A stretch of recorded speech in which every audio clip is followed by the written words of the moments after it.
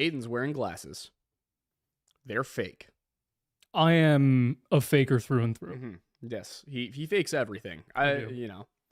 I've seen this man fake commitment, fake business deals, fake his hair color.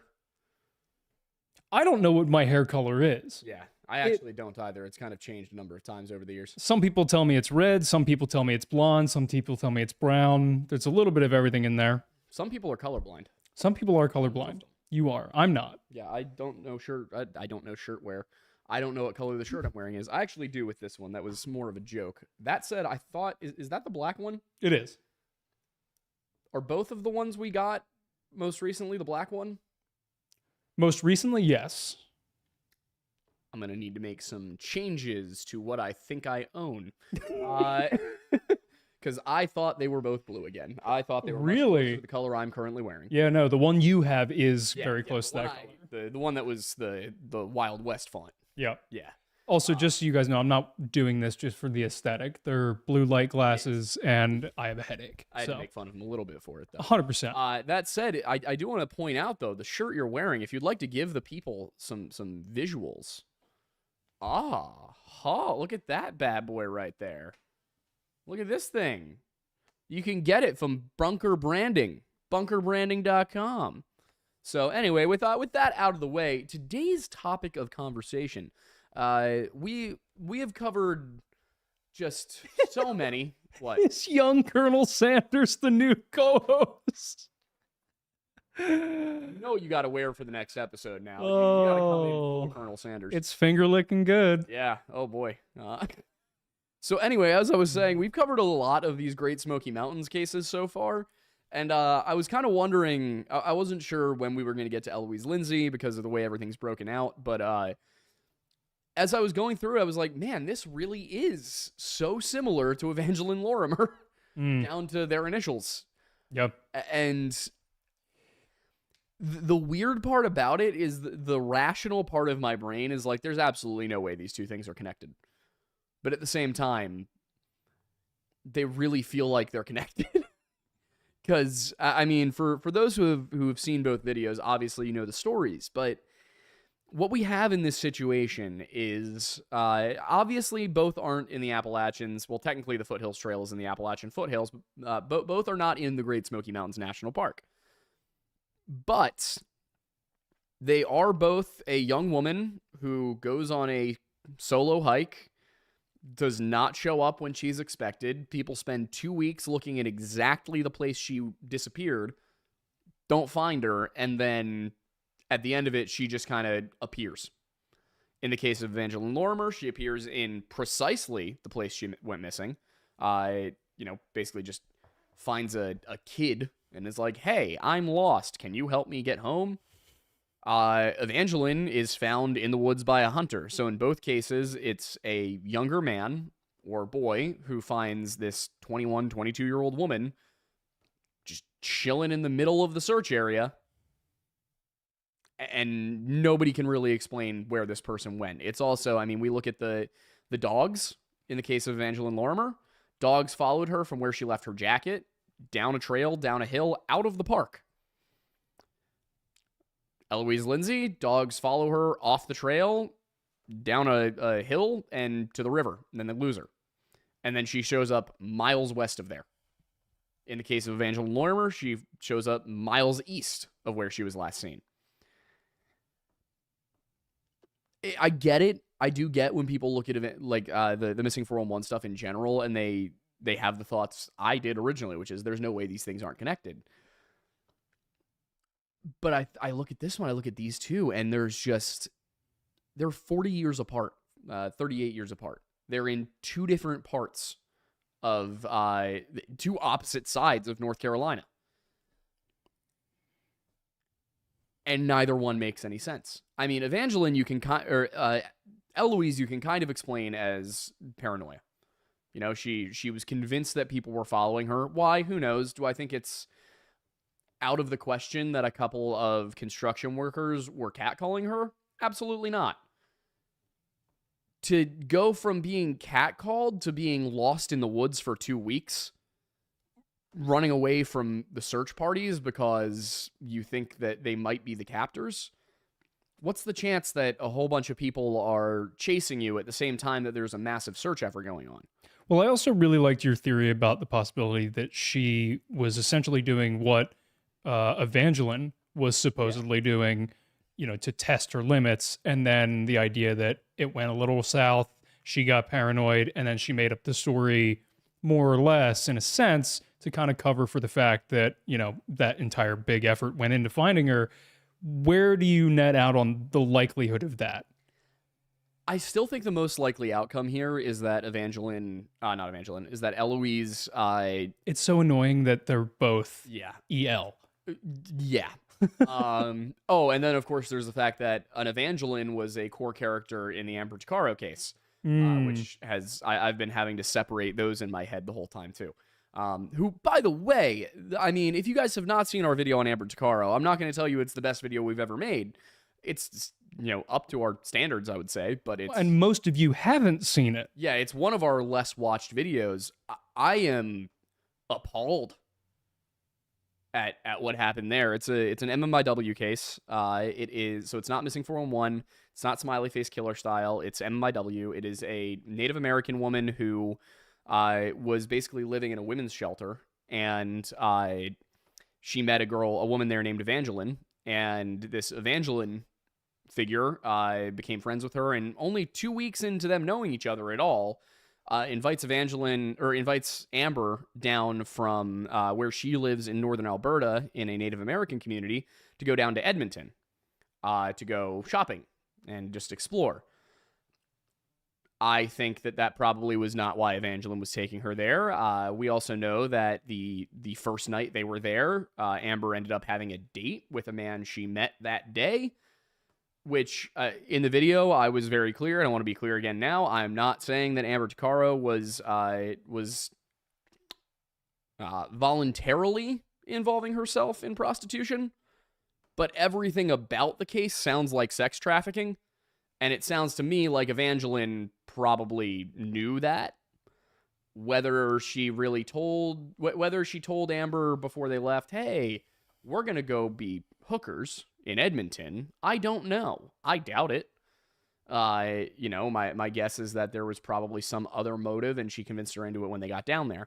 I also, looking back on the case, I don't think that Evangeline intended for Amber to die or even really to go missing.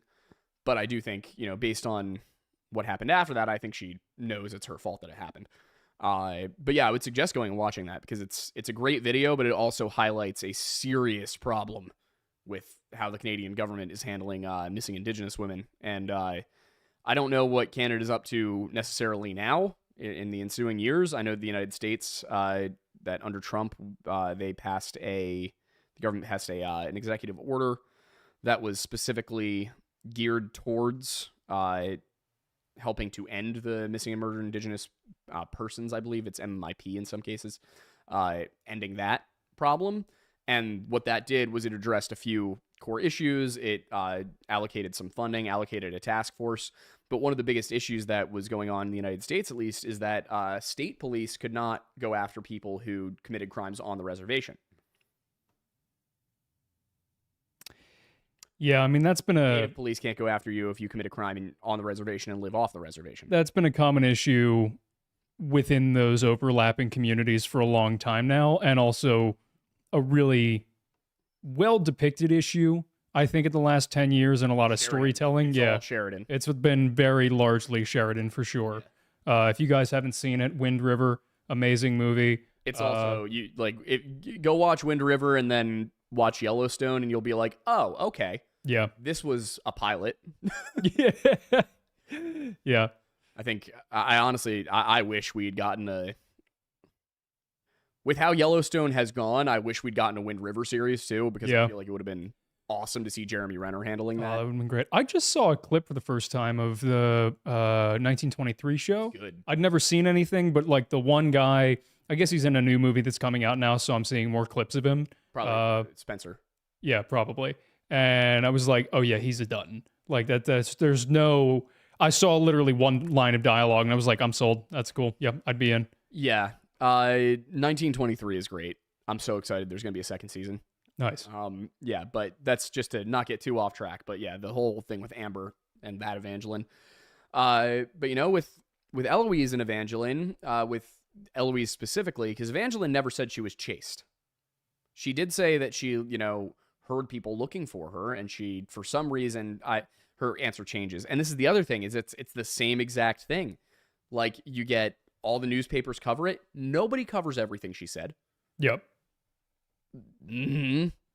Just so frustrating to try and read through, and it's like, well, I'm gonna have to piece this quote from this article, and this little piece of the quote comes from this article, and then it's hard to tell exactly what order they were actually in, so you can't be like, she said this if you put it all together. You got to be like, and this paper said this, and this paper said this, and this paper said this, and if you put it all together, it sounds like this. Happened with both Evangeline and Eloise, that nobody published their full statement. Which, again, I just don't get why you wouldn't do that. I understand that you have so much space on a newspaper page, but at a certain point, at least write it down and put it in a book somewhere if you're the journalist, you know? Yeah, I think that from a journalistic perspective, I think the issue there is the pieces that you're getting from the individual papers during a press conference were probably asked specifically by the journalists representing that paper. So in terms of journalistic ethics, you know, unless you were going to quote a rival paper, which most papers weren't really going to do, especially back then, even now, you know, you weren't really going to print someone else's question. Which just frustrates me as a historian. Yeah. Oh, that's the difference between journalism and history, though. Yeah, it's for me, I'm like, please write down everything that was ever said. I will read all of it. And the journalists are like, I just don't see why it matters. I don't see why it matters that I didn't include the full quote. And I'm like, it matters to me. I care. In 200 years, people are going to care. This is a problem that has been going on throughout history, by the way. Yep. There's no shortage of contemporary writers are just like, I'm going to write about what I think was important. And we're all left picking up the pieces going, why would you not write about this thing that happened? But yeah, so with Eloise, going back to the question, which was, you know, what's the likelihood that she actually that was testing herself, you know? Because Evangeline had even said, like, I've done this for over a week before, like the fasting thing. Evangeline, it seemed like, you know, legitimately it was about that. Yeah, I was going to say, do you think it was, whether or not her father was involved, I feel like 100% she wanted to test herself longer, but do you think her father essentially just took advantage and be like, hey, if you're going to do it now? That's the hard part. I don't know. I just don't know. I think here's why I think her father was involved. It's not because she can't possibly have done what she did without telling him. Excuse me. It's because he was so calm about it. Kind of like somebody else we've talked about recently. Yeah, he's just so relaxed about the whole thing all the way through. You know, he's on the search for the first few days, and then he moves his camp out closer to Gatlinburg, like 25 miles east of where they were. You know, says it's that he can more easily receive phone messages. And I'm like, yeah, sure, I get that. But also, what phone messages do you need to receive? Your daughter's missing. You know? Mm-hmm. Also, your daughter's missing. You're the last person to see her. And you've been committed for beating your wife with a rubber hose. So I would think you'd want to be in the search area the whole time just to be sure. You know? Granted, it was 1951. Granted, narcissists exist. Mm-hmm. That's the other thing, is that I'm starting to notice as we do more and more of these, is something I'm realizing I need to account for more, that I haven't really in the past, is the times, you know? Doing an individual case, you don't really notice it as much. Doing a lot of cases in the same exact area, you start to see the different ways in which things are handled, and how, first of all, I mean, men and women's cases get treated differently. Like, just objectively, the search and rescue operations when the missing person is an adult, let's say a man over the age of 16, very different search procedures. Like, not, you know, overall it's going to look the same, but they definitely when it's a guy that goes missing, they definitely have an aspect of like he's probably okay. There's less urgency when it's an adult man. Yeah, they assume the level of competency is higher. Yeah. And I mean, with Jeff Haig, he was a Boy Scout, probably, and he was a Boy Scout in the 70s. So like probably even more nonchalant about it. I don't mean to say that the Park Service never searches. They do. They search intensively. It's just you start to see this kind of subtext of like they don't seem as concerned about the men. Women, on the other hand, they're very concerned during the search, and then as soon as the person is found, if it's not obvious that that person really did get lost, they immediately become skeptical. Where they're like, was this for attention? Which is probably not the way to handle it, but you see a lot of, with both Evangeline and Eloise, a lot of the rangers were like, I don't necessarily believe you were lost. And in both cases, I think there's valid reasons to see it that way. I think Eloise is less black and white. Eloise seems, like it's possible. Also, there's this stuff about how she was known to be a risk taker. She was, I think, she was crazy 100% in the good way, was the quote from one of her friends. One of her former professors, somebody she TA'd for, said that she had a tendency to go for runs on campus at night. I mean, there was definitely, she definitely was fearless. We'll put it that way. But then, of course, that begs the question, why was she so afraid in the woods? If she's usually not scared, why did she break here? A girl who goes for runs on her campus at night in the 80s is not really somebody I see as likely to get spooked easily. Yeah, and it's not like it was like 81. It was 89. Like it was almost the 90s at this point. Yep. So I just don't I would be surprised if she was usually, and again, there's very little information out there on her at all. But if she was typically not the type to get scared of just, something going bump, it seems weird to me that she'd be that freaked out for no reason. That said, maybe there was a reason to be freaked out at first. What gets me about the case is that, and the one reason that, if she's telling the truth, that I'm willing to believe that she may actually have had somebody chasing her, is that she talks about how it was the full 2 weeks she was being chased. They weren't searching for her until a week in. They didn't know she was missing. So was she actually being chased that first week? Who knows? She also was at the age where certain mental disorders will start to show up. That's the age at which schizophrenia will start to manifest. That's the age at which certain other psychosis issues will start to manifest. So is it necessarily a good idea to go off what her friends say she was normally like?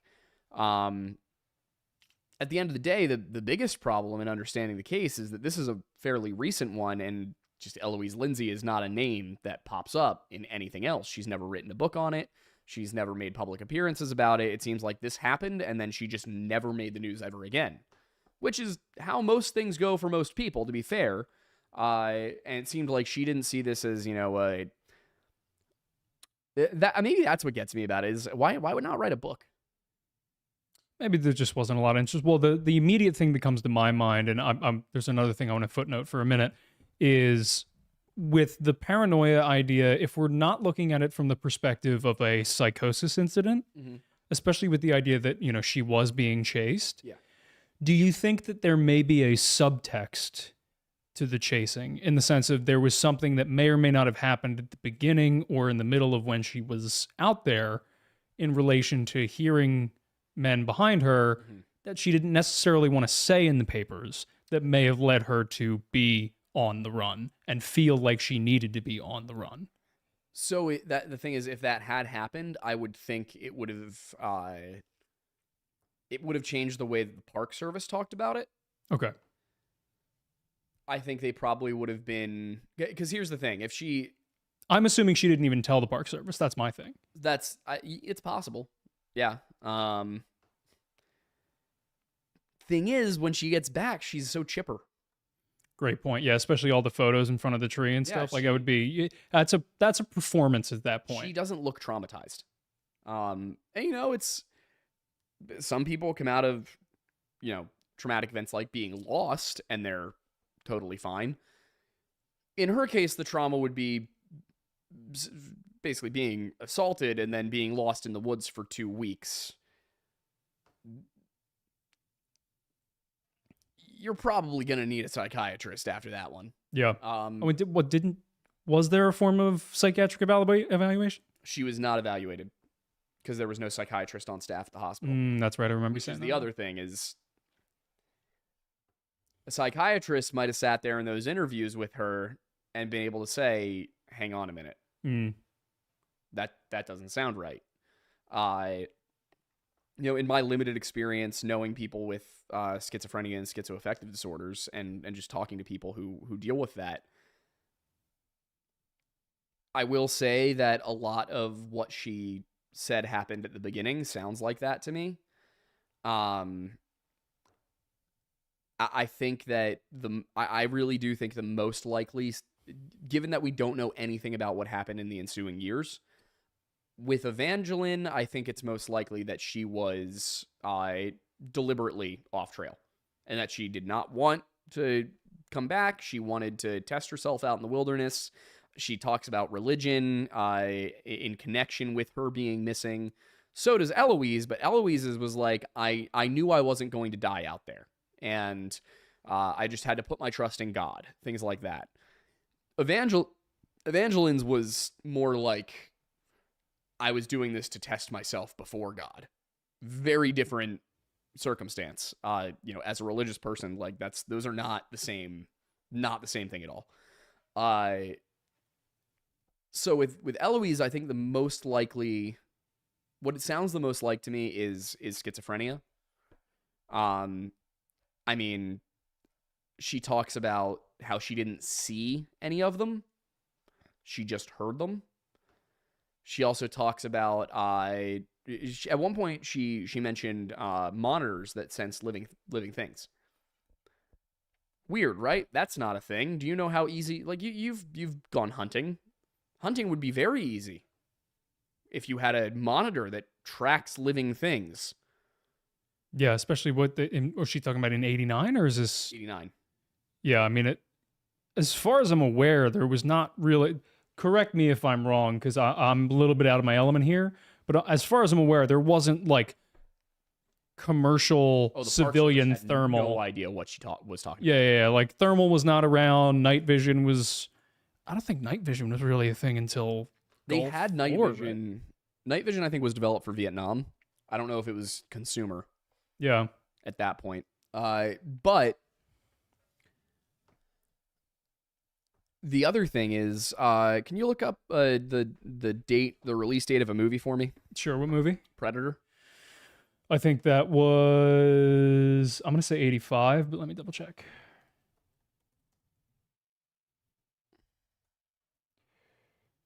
'87. What is there in Predator, Aiden? Oh yeah, it's got the, I think it's pretty much thermal, but yeah, generally heat seeking. They have devices that can track living beings. Yep. Part of me does wonder if that had something to do with it.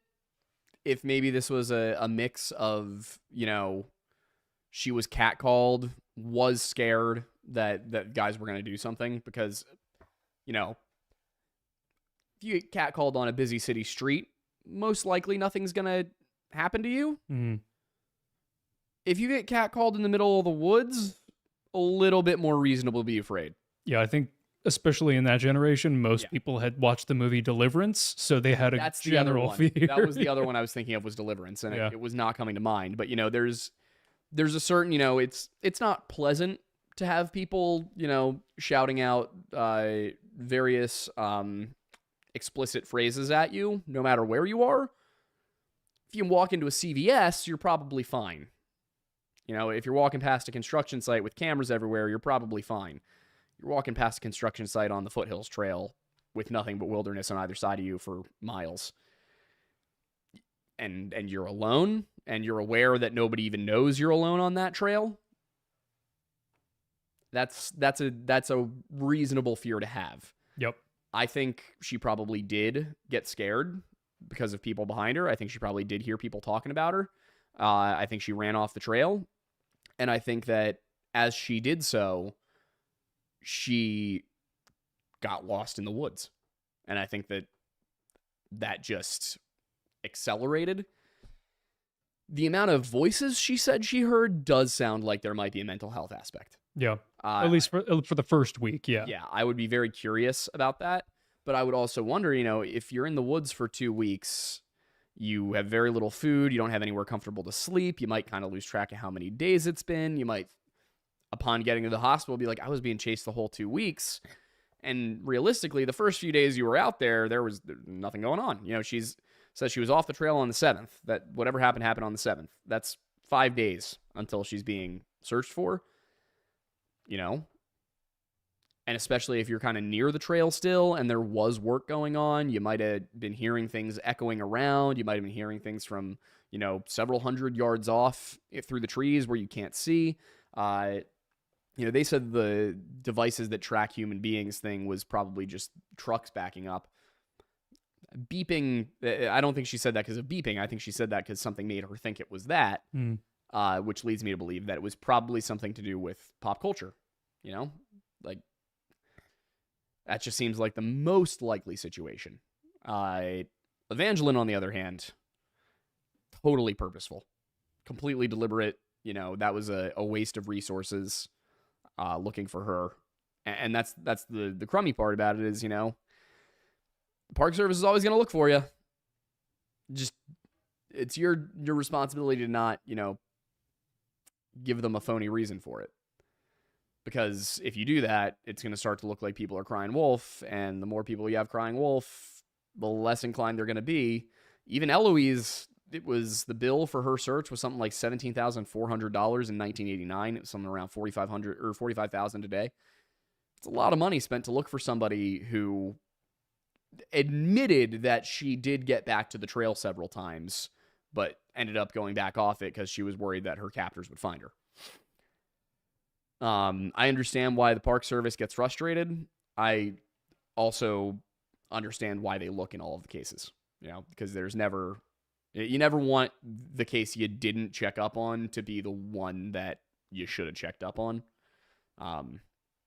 What I will say, it's very impressive how much effort these guys put into it.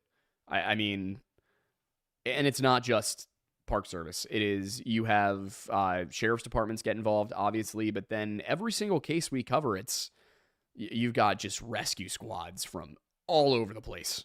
Yeah, some of them volunteer, some professional, but it's clear they take their job very seriously, and in most cases, they're good at it. Yeah.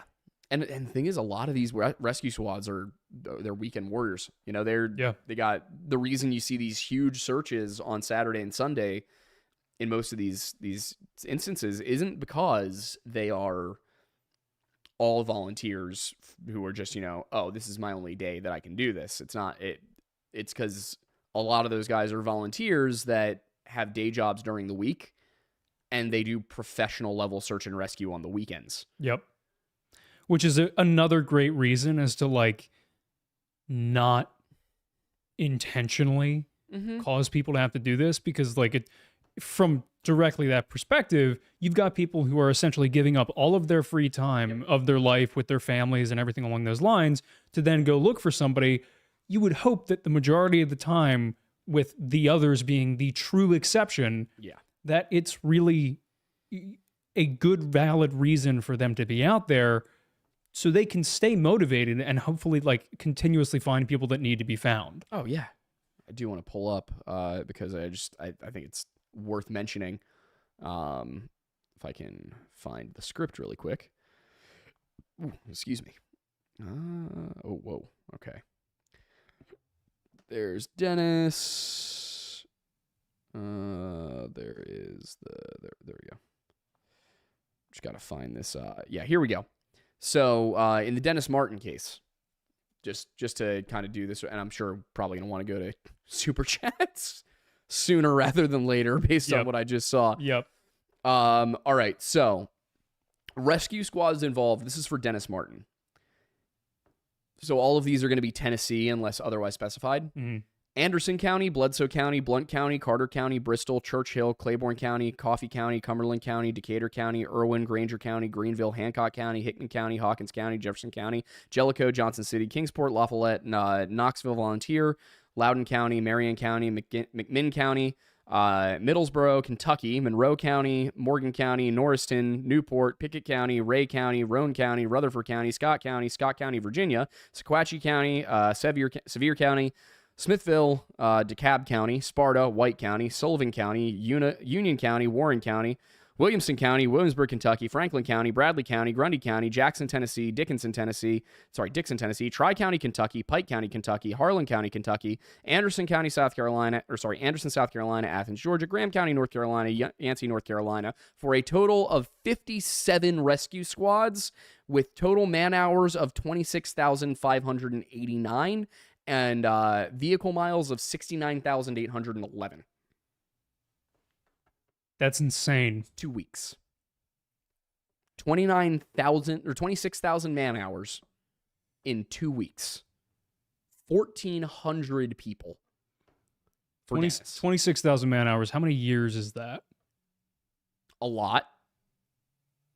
A lot of time. I don't know exactly. I can look it up. I mean, 26,000 man hours. That would be... It was like 26,560 man hours. Hours in years. It's 3 calendar years. 3 years and 2 weeks. Just to really quickly go through the other agencies involved section. Tennessee Air National Guard, Tennessee Army National Guard, United States Special Forces, Smoky Mountain Hiking Club, Knoxville Fire Department, Knoxville, Tennessee, Boy Scouts of America, Tennessee Highway Patrol, Oak Ridge National Laboratory, Tennessee Alcohol and Tax Unit. Yeah, that's right. The ATF of Tennessee did something right for once. And by that, I mean they brought in dogs and found nothing. Because the ATF is never useful for anything except killing dogs and murdering children. Anyway, Tennessee Game and Fish Commission, United States Forest Service, YMCA of Knoxville, Tennessee, the Sevier County Sheriff's Department, the Cherokee Indian Reservation, the Lake City Junior College in Lake City, Florida, University of Tennessee, Knoxville, the United States Marine Reserve, Knox County Red Cross, Blount County Red Cross, Knoxville Fire Department, Knoxville something club, the Ladies Auxiliary of the Knoxville Fire Department, Mini Pearl Fried Chicken, Prospect Poultry Farms, Newman's Restaurant, Sevierville Baptist Church, Sevierville Methodist Church, Gatlinburg Motor Inn, Mountain View Hotel, Hobie's Restaurant, Chimney House Restaurant, Mountain Market, Parkway Market, McKay's Restaurant, Swan's Bakery, Galbraith Bakery, and numerous individuals and unknown organizations, including Dr. Robert Lash, the same medical examiner from the Trenny Gibson and Mark Hansen cases. I am so glad you just read that right now, because having to find the logos and implement all of them into the video for next Friday would murder me. Yeah, you don't need to do that. Thank you. It's not even in the video. Perfect. Which is why, again, I'm glad we did it now. If you wanna do at the end like these are all the people who were involved, and just copy and paste and have it be like a scrolling thing to the yeah, I think that would work. Yep, I may. But yeah, so Dennis Martin was a huge search. I mean, just utterly absurdly massive search. I mean, the only one that numerically rivals that we've covered in this case, I think, in this series is, Minnie Hahn. And that number seemed dubious to me. They were like, yeah, 2,000 people. Everything about that case was dubious. I mean, when did it take place again? It was the 1950s? Yeah, it was 57? 50s. Yeah. I don't know. I'm a little skeptical because it wasn't in the park. Which is the other thing. Like, what? David Paulides comes up with this whole profile and then just ignores it. Yeah, I remember like a year and a half ago or something like that when we made the Missing 411 profile based off of, his profile. Yeah, I haven't even thought about that recently, but yeah, almost none of these cases fit it. No. Half of them haven't even been in the park. Like, who's hiding this? Is it can't be the Park Service, because clearly a bunch of sheriff's departments are also hiding something. Mm.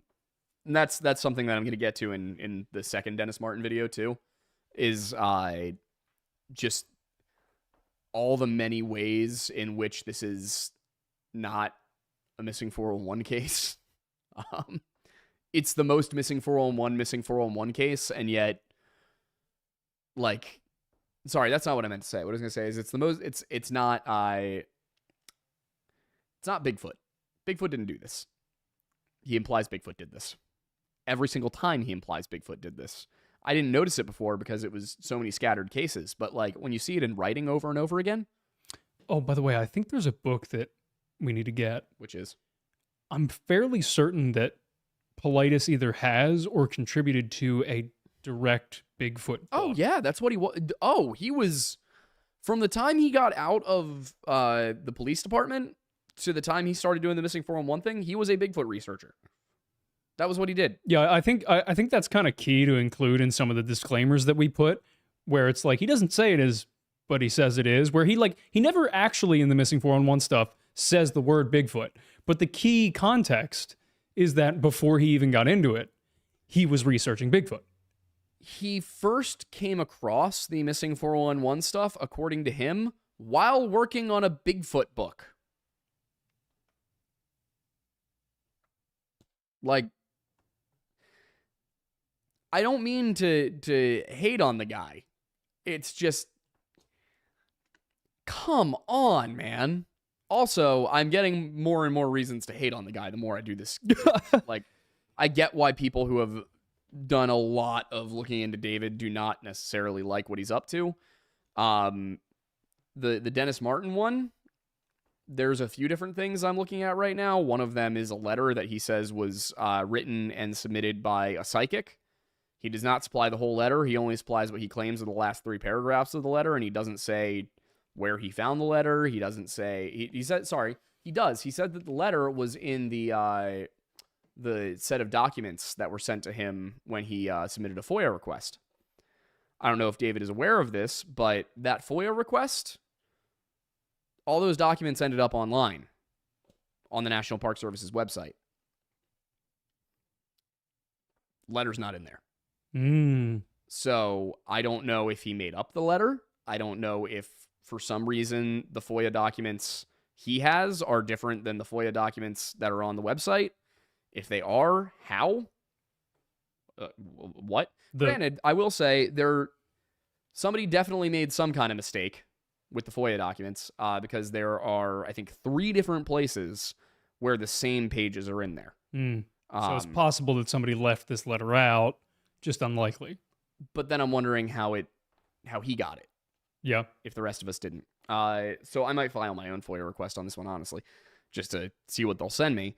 But yeah, so there's a letter that can't be traced. There is and this one could just be him making a mistake, but he makes a lot of mistakes. It's getting to the point where I'm like, how are you making this many mistakes? There's at least one per story, and it's, there's more than one per story, but there's always at least one glaring one that I'm just like, what happened here? How did you miss this? Could you give an example?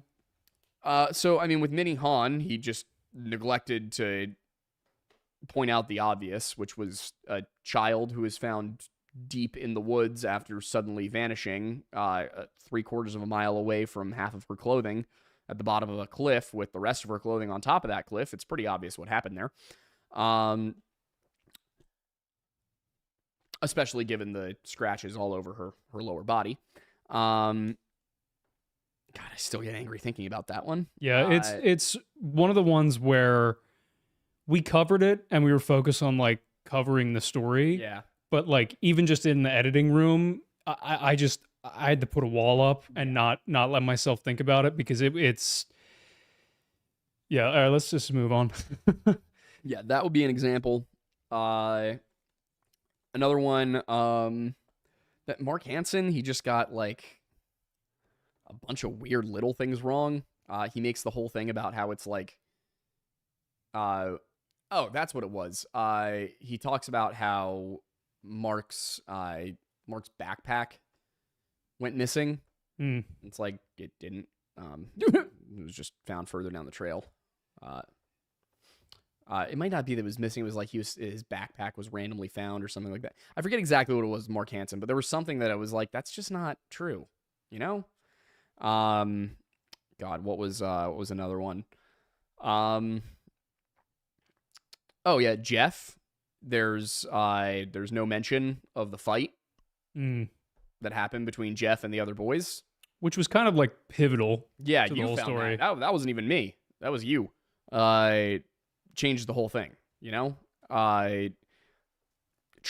I have an update on that. Yeah? I haven't gone through and totally verified everything I was told. Turns out Robert Simpson's a real person. Oh, really? And I have it on if this person is who they say they are, I have it on very good authority that he was 100% there that day. So I can't go too deeply into it because I need to look at everything, but we may have been wrong about Trenny. Give the brief summary of Trenny's story again. Trenny Gibson was I want to say 16-year-old girl who went missing in 76. That sounds right. Yeah, 76, I think. So 75 or 76, one of the two. One of them was Hansen, one of them was Gibson. She was on a school field trip, and she went off the trail for a couple of seconds. Her friends walked, basically, not a couple of seconds, a little bit. Her friends stopped to rest. She kept going. They last saw her rounding a bend or going off trail about a few hundred yards ahead of them. And she was in between groups of people, right? She was never found anywhere, ever. What we came to the conclusion of was she had this $600 ring, star sapphire ring, that her mom said she bought with her own money after saving up from a summer job. We did the math. It would have taken 6 weeks to save up enough money to buy that ring if she was working full-time all summer at 16, and she worked at a cafeteria. Feasible, but just highly unlikely that you would spend everything you've earned on a ring. A little ring. Yeah. I mean, just... I wouldn't see a 16-year-old girl spending, especially a 16-year-old girl who, from what we've seen of Trenny, didn't have much of an eye for, fancy things. She's wearing normal teenager clothes. She's riding the school bus. It doesn't seem like she's working at a cafeteria, not a country club. It seems like she was just an average middle-class girl who would buy a $600 ring, which in today's money is about $3,000, who would buy a $600 ring at that time would have been a boy who wanted to impress her, who liked her. We know that her mom actually shot at a boy who was trying to break into their house. And it was only something that I started thinking about when I was reading some of the comments. Some people point out, oh, well, maybe it wasn't a boy at all. Maybe in the 70s, Maybe, and I understand where people are coming from on that one, but at the same time, there's no evidence to support it. I could see her running off because she was a lesbian and didn't want her family to know, or didn't want to face the ridicule that might have come with being gay in the South in the 70s. But at the same time, nobody ever hinted that she was into girls. It was just that she didn't have a boyfriend, and it seemed like she had strict parents. Yeah. Which, is not in and of itself a reason to suspect that somebody is gay. Yeah. She may have been very deep in the closet, but we'll never know. Exactly. So for that, I'm going to focus on the stuff that seems that there's evidence for. And in this case, it seems now that there might be evidence that Robert Simpson was there, that he was a real person. I believe he would have been a senior at the time based on what I was told. So I'll be doing a little bit more digging into that when we get to the meta-analysis video, which is coming up actually. Yeah. I'm thinking about it. I think we had something like 9 cases left to go when we did the math, and I think we've gone through 3 or 4 of them. So yeah, it should be like September or October that we do the meta-analysis. Oh boy. And then it's on to Pennsylvania. 39 cases. Granted, I don't think all of them are in the book. Yeah. All the Ohio cases aren't. Are we gonna go state by state? That was the plan. It was going to be cluster by cluster. Yeah. We got a lot of missing 411 for you guys. Well, I figure this is what everybody likes. Yeah. Just hammer it, and I'll throw in something funky every once in a while. We'll keep you on your toes every now and again. Like, for example, Jordan Grider is one that we want to cover. People have actually asked us to cover it now. And I told Nick that we would not cover it for several months. Yep. To let his video ride on that. So actually, if you haven't seen it, he's awesome. I mean, Nick, he's going to be in the Dennis video. He's got a whole segment. Yep. That is all him. So but if you haven't seen his video on Jordan Grider, go for it. We're going to take a little bit of a different angle on it. Obviously going to tell the whole story and everything, but there will be a folklore element coming back. There'll be a little bit of folklore and history in that video. I'm excited about this. I'm actually so excited to do the Jordan Grider video. You have no idea. I'm so excited. I'm excited that you're excited. I have not been this excited about doing a video in a long time. It is funny, though. We say we've been hammering Missing 411, but we did just do 3 weeks in a row of Sebastian Rogers, so... Yes, I got to take a break from talking about missing children by talking about a missing child. Thank you, Aiden. Different context, modern day, I mean, it's there's video sources. True, there's assets.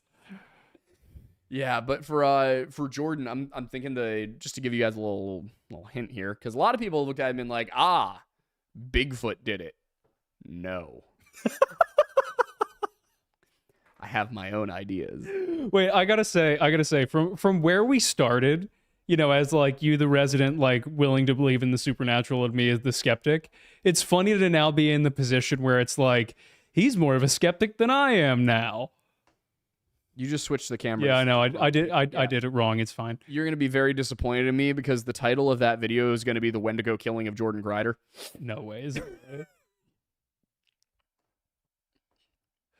Well, ladies and gentlemen. Unless I get through the research and I'm like, oh, this was definitely a mob hit, I'm not going to tell you why it's going to be called The Wendigo Killing of Jordan Grider. I'm just going to tell you that's what it's going to be called unless my research uncovers something blatantly to the contrary. And while that sounds really paranormal, it's not as paranormal as you might think. If you've seen our videos about the Wendigo, you would know that. That's true, yeah. We went in, we talked a little bit about the Wendigo as a more like feral person concept in the second Bigfoot video, I want to say. The 8 Men of Appalachia one? Yes, yes, we did. We also started to touch on that when we did the Wendigo versus Wachuge. Yes. And also, I think we did a Wendigo versus Skinwalker one way back in the day, yeah. Yeah, there was a Skinwalker, Wendigo, and Goatman one last summer, too, that I'm still mad about because that was the week that I was in West Virginia. Mm-hmm.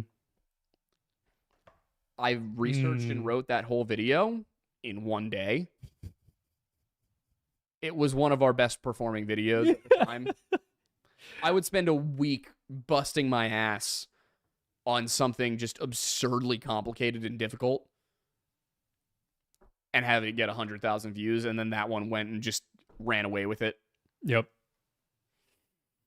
Is it funny how that happens? I never know when it's going to happen. We never know. It's never the videos we think either. Like, Killdozer went massive. MH370 went massive. Let's be fair. We very heavily anticipated Killdozer going massive. No, you heavily anticipated Killdozer going massive. I was concerned that our channel would die. Yeah, I was convinced. I'm glad I was right on that. I'm glad you were right, too. Ooh, that was not a good moment for us before that. Yeah. The financials of running a YouTube channel are horrifying. Especially when you talk about the opposite of a globe. Oh, boy, yeah. I'm still convinced that's what happened. Oh, 100%, yeah. I know a lot of creators were suffering from some sort of algorithmic change. Well, that's happened 2 years in a row now. Yeah, about the same time, too. Yeah. It was March in 2023, and it was April this year. Let us know if you stop watching YouTube sometime between like March and May because you're finally glad the weather is warming up again and you can go outside. Let us know, because we're trying to figure out how much of that is involved in the spring dip and how much of it is YouTube just trial and erroring different algorithms at that time of year. People were telling us in the poll I put up that it was that YouTube just wasn't recommending the content. Really? Yeah. Like, also, just I'm sure those of you that are here right now are probably the ones who already do this, but make sure you have notifications on, because like that is one thing that will definitely help, because it won't just give you the notification. First of all, it won't give you the notification when the video goes up at all. It's just going to give you the notification when it thinks you're most likely to watch the video, which is Also, check your subscribership. Yes. Not just for us, but your favorite channels in general, because for whatever reason, YouTube, if you don't interact with something for a period of time, it will automatically unsubscribe you, as far as I've noticed. Yeah. We've had a few different people also comment telling us that they've been unsubscribed from us by YouTube. Yeah. Which, why are you doing that? But yeah, so here's the thing. You guys all probably know this, but we put out a video every Friday at 4 p.m. almost without fail. Yeah. A couple of times it's gone up at 5 p.m. or it's gone up on Saturday at 4. Like, we are anal about how consistent we are with getting content out. Yeah. To the extent that this week we will be shooting basically between Monday of last week and tomorrow. I will have researched 2 videos and we will have shot 2 videos by Wednesday. Yep. So, and I will have edited both of those videos by Friday, Saturday at the latest, because we're going to Alaska. Yeah. And then while we're in Alaska, we're going to be shooting a video, or at least parts of it, that I will be researching Thursday and Friday. Yep. So, oh boy, would love to not have to do a video every week, but we're not there yet. That said, if every single person who watched this stream would become a Patreon member for $1, we could do a video every 2 weeks. Oh, that would be so nice. That would be so nice. Hint, wink, wink. Yeah, we got to get better at advertising that somehow, because it would be so nice to just have a baseline that we could be like, all right, we can hire that secondary editor we wanted, and we can hire assistants and, actually outfit the whole place and get Aiden a new computer, because he desperately needs a new computer. Yeah, you want to tell them how bad it is? I was trying to type on it the other day, and the cursor would just change positions on the screen. For half this stream, I've been noticing that the video has not been totally smooth. It sounds like a jet aircraft. Yeah, this thing's ready to take off and hit 30,000 feet pretty much any moment. Yeah, I'm pretty sure you could cook eggs on it. Yeah. It's shocking, because I have the exact same computer, just a year older, and the 17-inch model instead of the 15. Mine runs like a dream. Granted, mine has not been exporting YouTube videos for the last 2 years. Yep. That's kind of the key. The paces I put this thing through on a weekly basis, I think, has all but cooked the CPU. You need like a liquid-cooled PC. Yeah, 100%. No, I need a liquid-cooled PC that I can, overclock the CPU consistently on, because the GPU is fine. Yeah. It's the CPU not having the ability to be properly cooled, and the level and the consistency of work that I put it under. And with Intel, I think this generation, they've already been talking about how there's been voltage issues that like literally cook it. That might be the other thing. Mine's a Ryzen. Yeah, so that's probably a part of it too. Yeah, I have a Ryzen in mine. Anyway, I think we have super chats. We do, yeah. Let's get these covered before we get too off topic. So coming at us first and foremost with a big one of $76.17. Thank you very much. Thank you, and love the specificity. Ryan Whitcup saying, I want to thank you two and Isaiah for what you did for me, being the catalyst for my return to faith and me joining the USAF. No way! How is that going, by the way? I remember you said you were shipping to training a little while back. Can't believe it's already been 8 weeks. Yeah, that's crazy. Real quick, what Bible verses and stories can I take into BMT for strength and perseverance for my time there? Life's just chaos settling. Zach Bryant. Yeah. Obviously there's Philippians 4:13. That's the one that everybody everybody has the I can do all things through Christ who strengthens me. But other Bible verses, like specific ones. Obviously, though I walk through the valley of the shadow of death, I shall fear no evil, for the Lord is by my side. I think I'm trying to. I don't remember the exact chapter and verse of it, but the David and Goliath story has some absolute bangers in there. Let me see what I can find in my Bible. I love having Bible apps. It is pretty great. They're just the best. While you pull that up, when are we getting the moon landing video from Jerry Bailey for $2? I can do that eventually. Maybe we're gonna do it, and then the Sebastian Rogers thing took precedence. Yeah, I was gonna say maybe we'll do it on the anniversary next year. Yeah, or I mean, like we could do it whenever, but maybe that just goes on the list of like when I have a second. Yeah. Because I definitely don't want to do a missing persons case every week for the next 3 years of my life. Yeah. Yeah, no.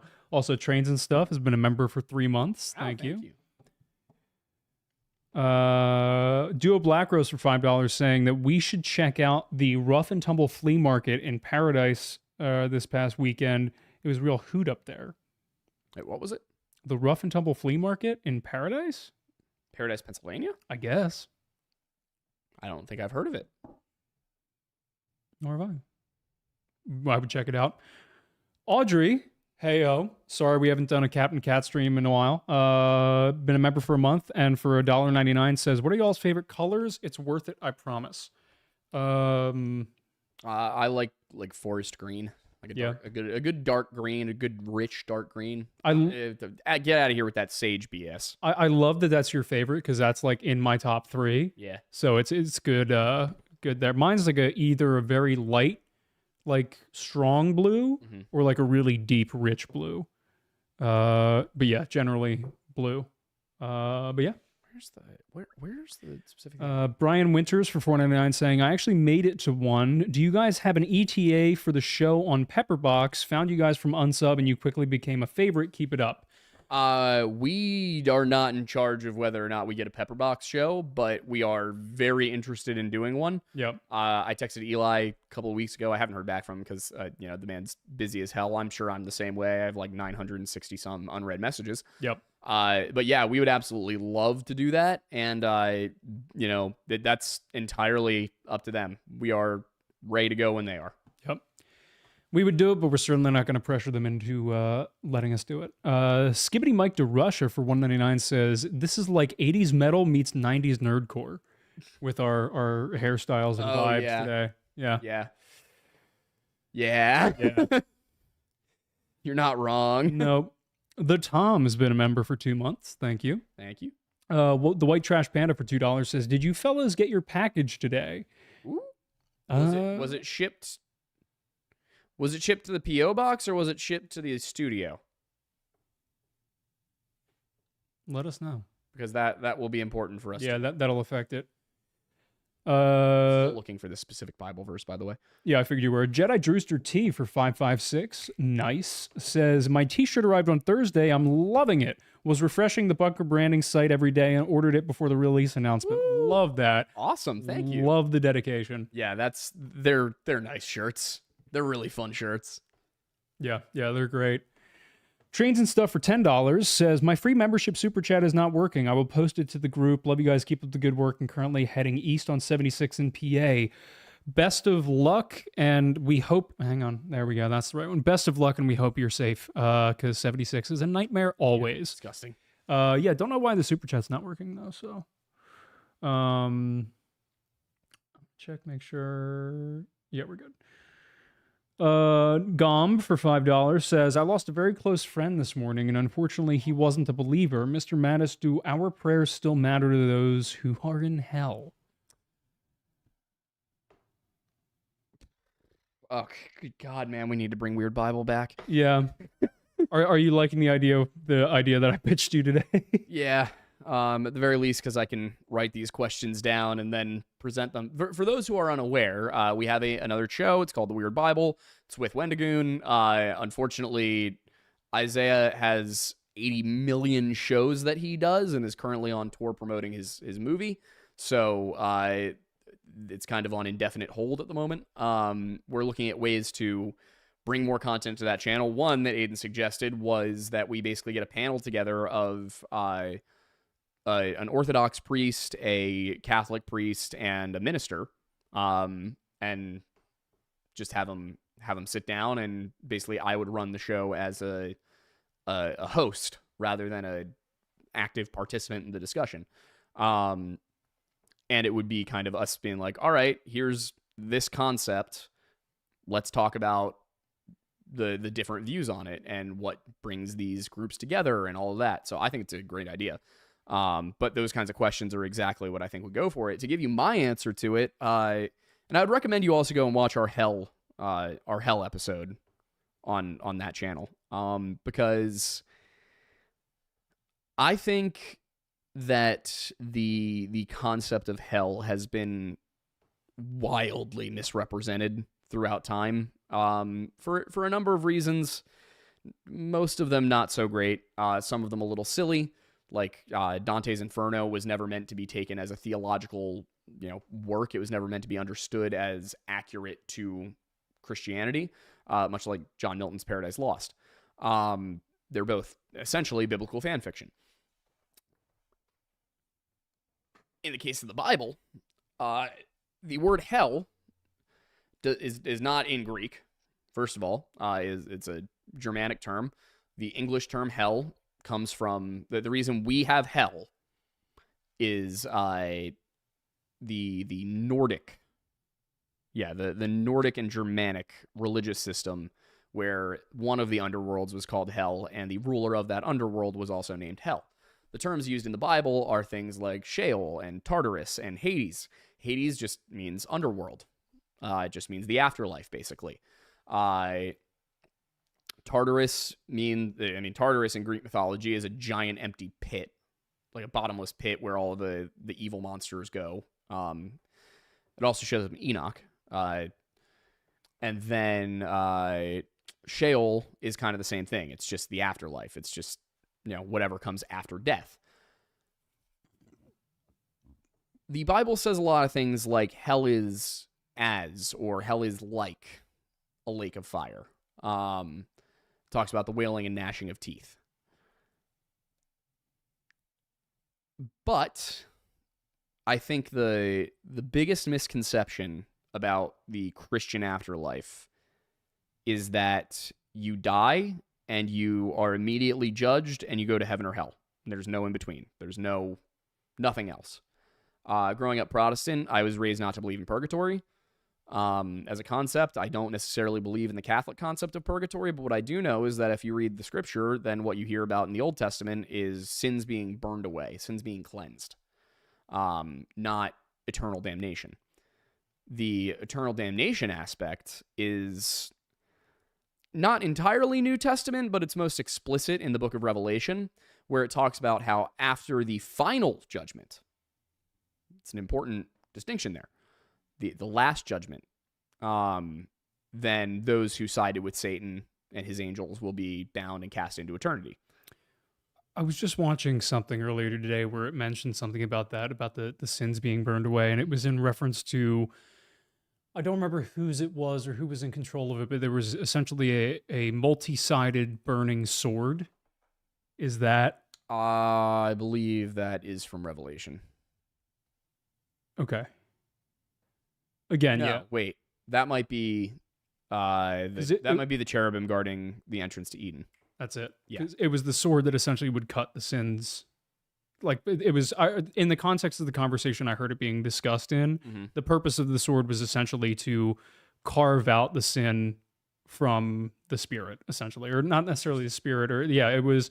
I'm bastardizing it because I was like half listening, but essentially, and then that was the interpretation of hell. It was, living life full of sin was equivalent to hell, purely due to the fact that being cut, several times by a flaming sword is like, eternal damnation in a pit of fire. Yeah, it was an interesting conversation. Yeah. The way I've come to interpret it is that when you die, you are judged. That judgment is about what needs to be done to cleanse your soul. Not necessarily, are you going to hell for an eternity? Because there's a lot of people. I mean, here's the thing. In order for the Bible to be a consistent book, then God must love even those who reject him, right? God also must love those who don't know about him. The way I read that is that there must be an option between heaven and hell. Because I don't read the Bible to say that people who have never heard of Christ go to hell. It's just not in there. In fact, everything that I've seen in the Bible is that you have to believe and be baptized. That those are basically the two rules. How can you believe in something you don't know about? I don't believe in predestination. I believe in free will. I am not a Calvinist. So when I read the Bible, I look at it and I say, okay, well, in a world where the original sin was us choosing to know good and evil, and that everything since then has been a matter of finding your way back to good, basically, learning how to reject evil wholesale, which when you think about it is what sin is. It's the idea is that, sin is when you're moving away from what God has determined is good, and God is good, is the theology. And I'm not doing this to give a sermon to anybody. I'm just trying to, answer kind of the question. But so that's the original sin is, choosing to know good and evil. Now we know good and evil, and if we know good and evil, then we can choose evil. Prior to that, we had free will, but the free will was to choose whether or not to know. Somebody who never has the free will to choose God can't be sent to hell. It doesn't make sense. They didn't make a decision. God doesn't send you to hell. The theology is that you choose to go to hell by rejecting God. Well, if you don't know about God, you can't reject God. Therefore, there must be something between heaven and hell where people are judged on their merits as a person. Dante does talk about the concept of virtuous pagans. The people who didn't have the word, the people who didn't have Christianity, but were good people nonetheless, and how they are not sent to hell. He doesn't put them in heaven, but he also doesn't send them to hell. So it's a long-winded way of answering the question, but my answer to your question is I wouldn't even necessarily bet on it that your friend is not in heaven. Time doesn't work the same for us that it works in the spiritual realm. And then on top of that, I assume he was young, which means that there's a possibility that he wasn't even considered over the age of accountability anyway. Age of accountability is not a term used in the Bible, but it is a concept referenced in the Bible, which is the idea that you reach a certain point at which you are accountable for your moral actions. That age might change. That might be why there's no specific age for it. It might be that as the age of maturity changes over time, you're not going to have like, oh, well, a 13-year-old should know better. Maybe 2,000 years ago. But now back then, 13 was kind of like, all right, you're an adult now. You're going to have chores and responsibilities, and you're going to have to understand how things work. In fact, you're probably going to have to start learning how to use a weapon too. Now we've kind of decided that's 18. Things change over time. So depending on what that is considered to be, and depending on what your friend's situation was, I wouldn't make the bet that he's in hell. I just wouldn't. But to give it a direct answer to your question, yes, your prayers are helpful theologically. If you would like to help your friend, pray for him. Great. Yeah. I'm sorry. I'm not as eloquent as our bearded friend from the South. Brother, did you hear a word you just said? I feel like he would have said it better. I miss you, Isaiah. Trust me, he would have said it in a very, Southern accent. soothing way, yeah, for sure. But no, I mean, I think he would have had a very similar reaction to what I just had, which is enough said. Okay. Jumping over to Super Nerd for $5, saying, Canada, the reason for some oddly specific clauses in the Geneva Conventions. Yeah, Canada kind of went off with the war crimes. Yeah. You know, they were like, they saw America inventing new weapons and combat techniques, and they were like, oh, I can do you one better. And then they decided to do all of the crimes in World War I, and also against the natives. Oh. Yeah, Canada is not better than we are when it comes to the Native Americans, or the First Nations as they're called up there. Yeah. Fun. The Unknown Seraphit. Here in Pennsylvania, We were. at least on the eastern side, there was the whole thing in Pittsburgh with the blankets. Yeah. But that didn't work because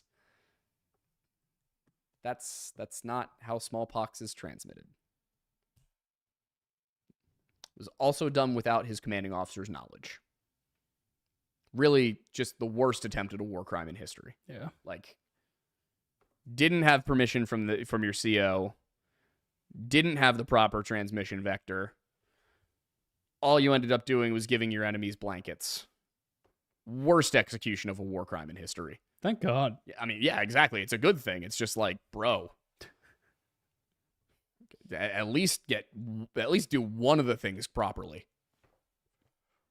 Otherwise, you're just, I mean, at a certain point, he did such a bad job of a war crime that he committed charity. There have been a lot of quotes from this episode today, I'm just going to say, and that's one of them. The Unknown Seraphit. This is one of the episodes of all time. It is, 100%. For RSD 250, I'm not sure what currency that is. Russian space doge. Again, this is one of the episodes of all time. Says, just wanted to say that I love your content for the past 3 years. Thank you. Thank you. I don't know which camera to look at. Thank you. Middle one currently. Skibbity Mike DeRusha for 199 says, I'm sorry, what? Skibbity Mike DeRusha. Oh, yeah. Says, anyone see the spider crawling in Aiden's hair? I'm not falling for it. Oh, it's raining. Aiden? I'm assuming mine because I've got all of the hair that could be crawled through. I feel like you'd be more apt to feel it. Plus, that was from an hour ago exactly. Okay. I mean, so that might explain. Long gone now. Might explain what I think just bit me down here, but that's fine. It'd be really funny if there actually was a spider in your hair and we just totally missed it the whole time. Like, they even tried to warn you. I mean, hey, he's just hanging. He's just coming to say hi. He wanted to have a cameo. I'm not going to get mad at the guy. Totally Not JMO for 1131. Love the specificity. Saying, going to be less chats for me as I may or may not have bought a classic muscle car. Money may have to go to fix this car that may or may not exist. It's totally not a 1968 Oldsmobile 442 with a 400 motor. Love it. Love it. Love it. I did not realize Oldsmobile made muscle cars. Oh, yeah. Yeah, 100%. So did Plymouth. Really? Yeah. I need to look this up now. Yeah, 100%. Congratulations on the car. Yeah. They're lesser known for sure. Curious. So did AMC. It was Oldsmobile what? The Oldsmobile 442 with a 400 motor. That's fun. Oh, what? Yeah, it just looks like your standard American muscle car. Yeah, and Buick. Actually looks a lot like an old Mustang. Yeah, makes sense. It is pretty. Gibby for 199 says, you think God made the universe in 7 days? And if not, why? I think it really just comes down to time. I mean, it's very much a metaphor, and, you know, time also works differently on the spiritual level, like you said, so. Yeah, it's 7 days is almost certainly poetic license for 7 periods of time.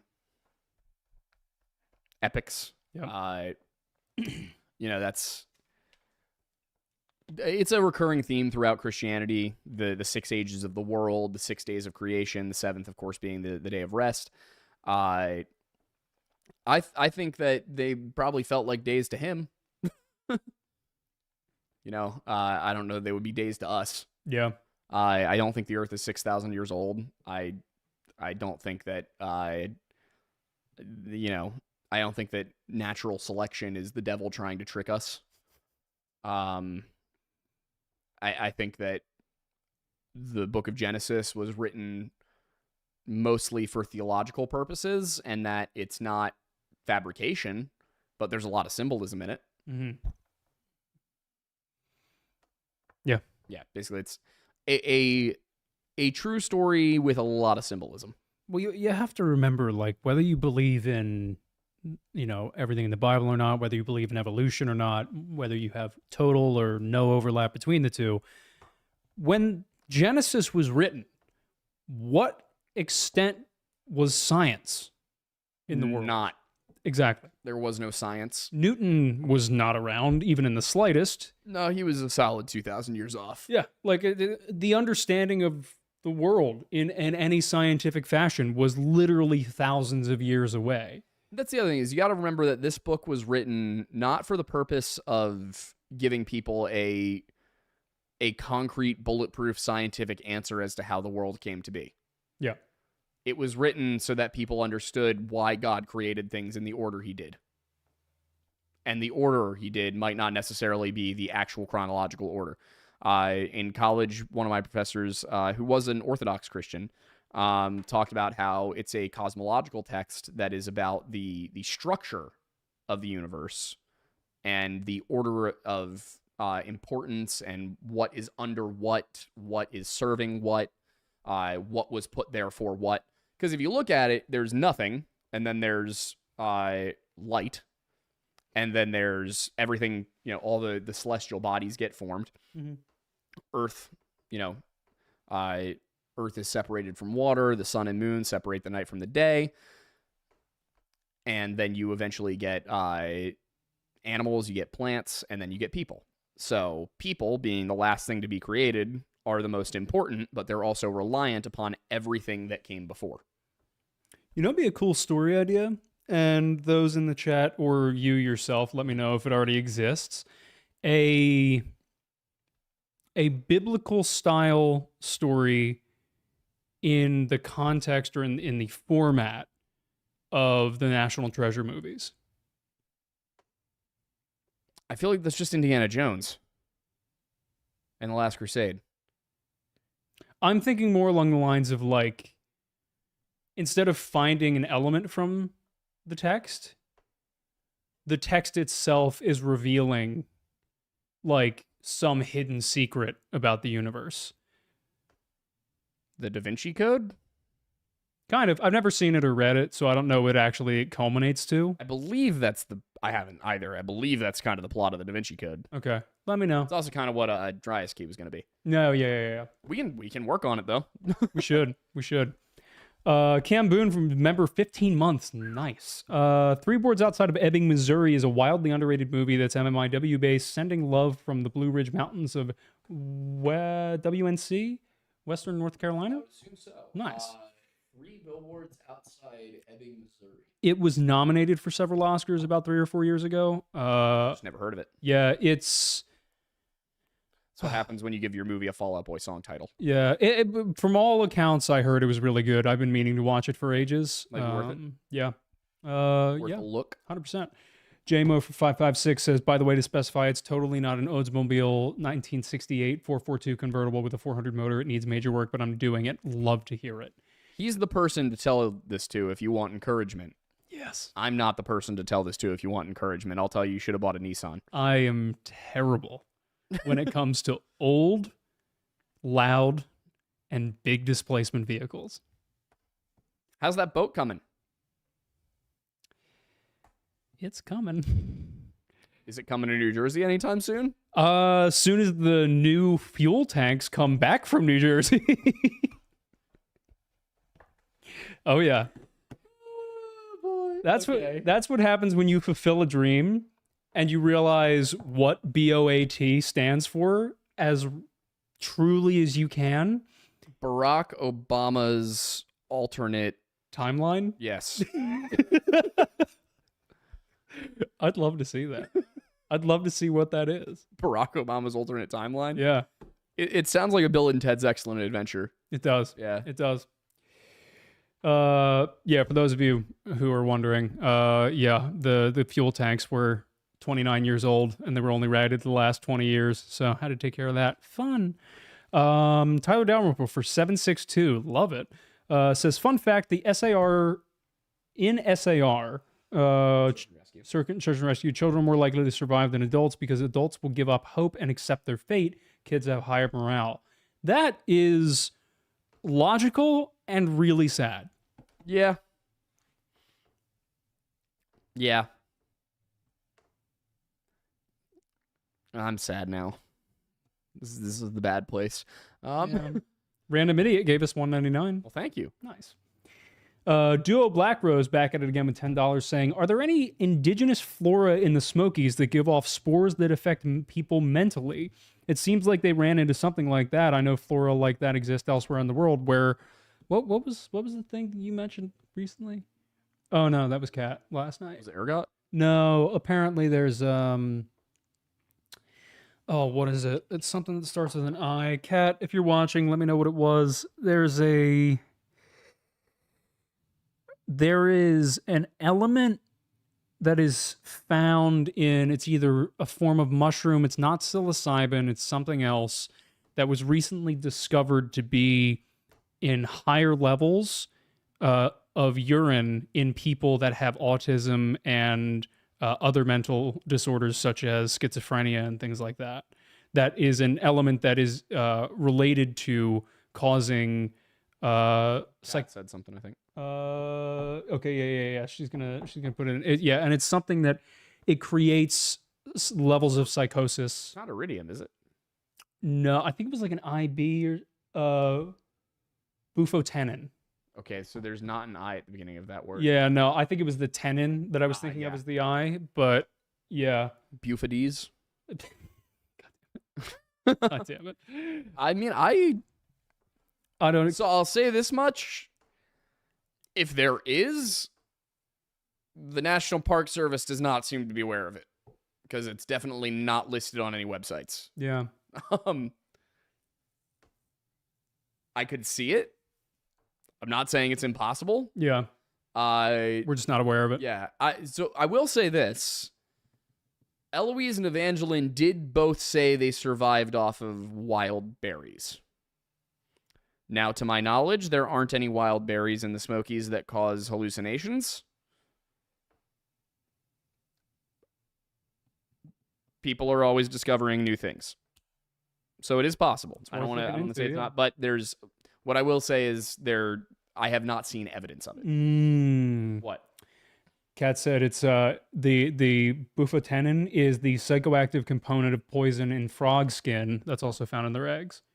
That's like the stuff on poison dart frogs where if you like, and then you know, start seeing things and then. So you're telling me that the vaccines weren't causing the autism. It was all the people licking frogs during pregnancy. Yes. Okay, got it. Yeah, 100%. Sounds like something RFK would say. This is, in fact, a stream of all time. Yeah. Lori Zold for $9.99 says, I'm wondering what vital records would say. Like, who did these ladies marry? What did they marry? Could they have met someone out there? They didn't want their families to know about. Yeah, that was one thing I was going to ask about Eloise Lindsay. Are we aware? Was there an obit? Do we know if she's still alive or not? I believe she's still alive. Okay. Yeah, I didn't. Well, so here's the thing: is that obituary. There's obituaries for women named Eloise Lindsay. It's just no way to confirm it. Yeah. Also, she was born in 1967. So, yeah. I mean, I looked, didn't find any further information on her. Yeah. I don't think there's an obituary. So I think she is still alive. I don't remember looking at an obituary that had 1967 as the birth year. It'd also be young to die. I mean, my parents are 68 and 69. 68? They're both 68? They're both 68, I think. Your parents? Birth year. Oh, I was going to say, there's no way they're that old. Birth year. Oh, God. All right, yeah. No, that makes a lot more Yeah, sense. I think they're both 1968, if I'm not mistaken. Because I think my dad was 29 when I was born, but only for like a month. Yeah. My dad's 61, so, yeah. And he's in better shape than I am. He's in better shape than most men. Yeah, he is. Well, you got to show us all up like that, Dad. All right. Miss Maury for $5 saying, I keep thinking back to your road trip, the shouting in the woods, how far you could hear each other. She could have been really far and heard voices. Yeah, True. that's true. Yeah. Probably could have been up to a mile away. JMO for 202 said, show off the beads. They're right there, and they're awesome. They are. The camera's not on. Yep, that one died. It's always that one now. You notice that? You're right. It's never that one. I wonder why. I got to get the fans for these things. Is it? Yeah, definitely. Yeah. Well, it's back here. You can't see it right now because my camera died, but yeah, we'll make sure it gets shown. Skibbity Mike DeRusher for $1.99 says, I'm stupid. What? I could also just swap the oh yeah, there's that. I could just go pick up the beads. Yeah, and I'll just swap the camera battery. Well, if you want to just put the camera onto me really quick so that they can see it. See? Isn't it pretty? It's a lot of beads. Like it's actually so many beads. Yes. They were given to us by a subscriber, follower, who is a Shoshone Paiute. And she said that one of the ways in their culture that they show, what was the term she used? Appreciation. Yeah. So I think it was like Appreciation, respect, yeah. gratitude, was through beads. And she said the more beads, the more gratitude. There's a lot of beads. There's a lot of beads. We don't have a ton of context for how many beads equals how much gratitude. But it's a lot of beads. We would imagine the exchange rate's not that intensive. It's very nice. I'm a big fan of this.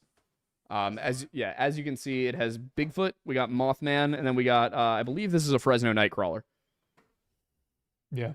Yeah, it's very cool. It's so awesome. Hangs up behind us. I believe it's in the back of most of our videos now. It is, yeah. Yeah. It's not always visible because of your chair, but also I'm back again. And he's behind me now putting the thing. This is where it was. So. Yes, hangs out over there. All right. Also, cut off the super chats. Anything that comes in after 8:30. oh, dude, we got. Yeah, I know we got a decent amount left, but anything that comes in after 8:30 we can't get to. Yep. Thank you so much. Yeah. Where'd it go? It disappeared. Hang on, gotta get back up to it. Skibbity Mike DeRusher for $1.99 says, for the ATF comment, thank you. The Random Idiot for $1.99 says, forgot to send the first message. Any SFK updates? Not as of right now. We've kind of switched focus back over to the missing 411 stuff.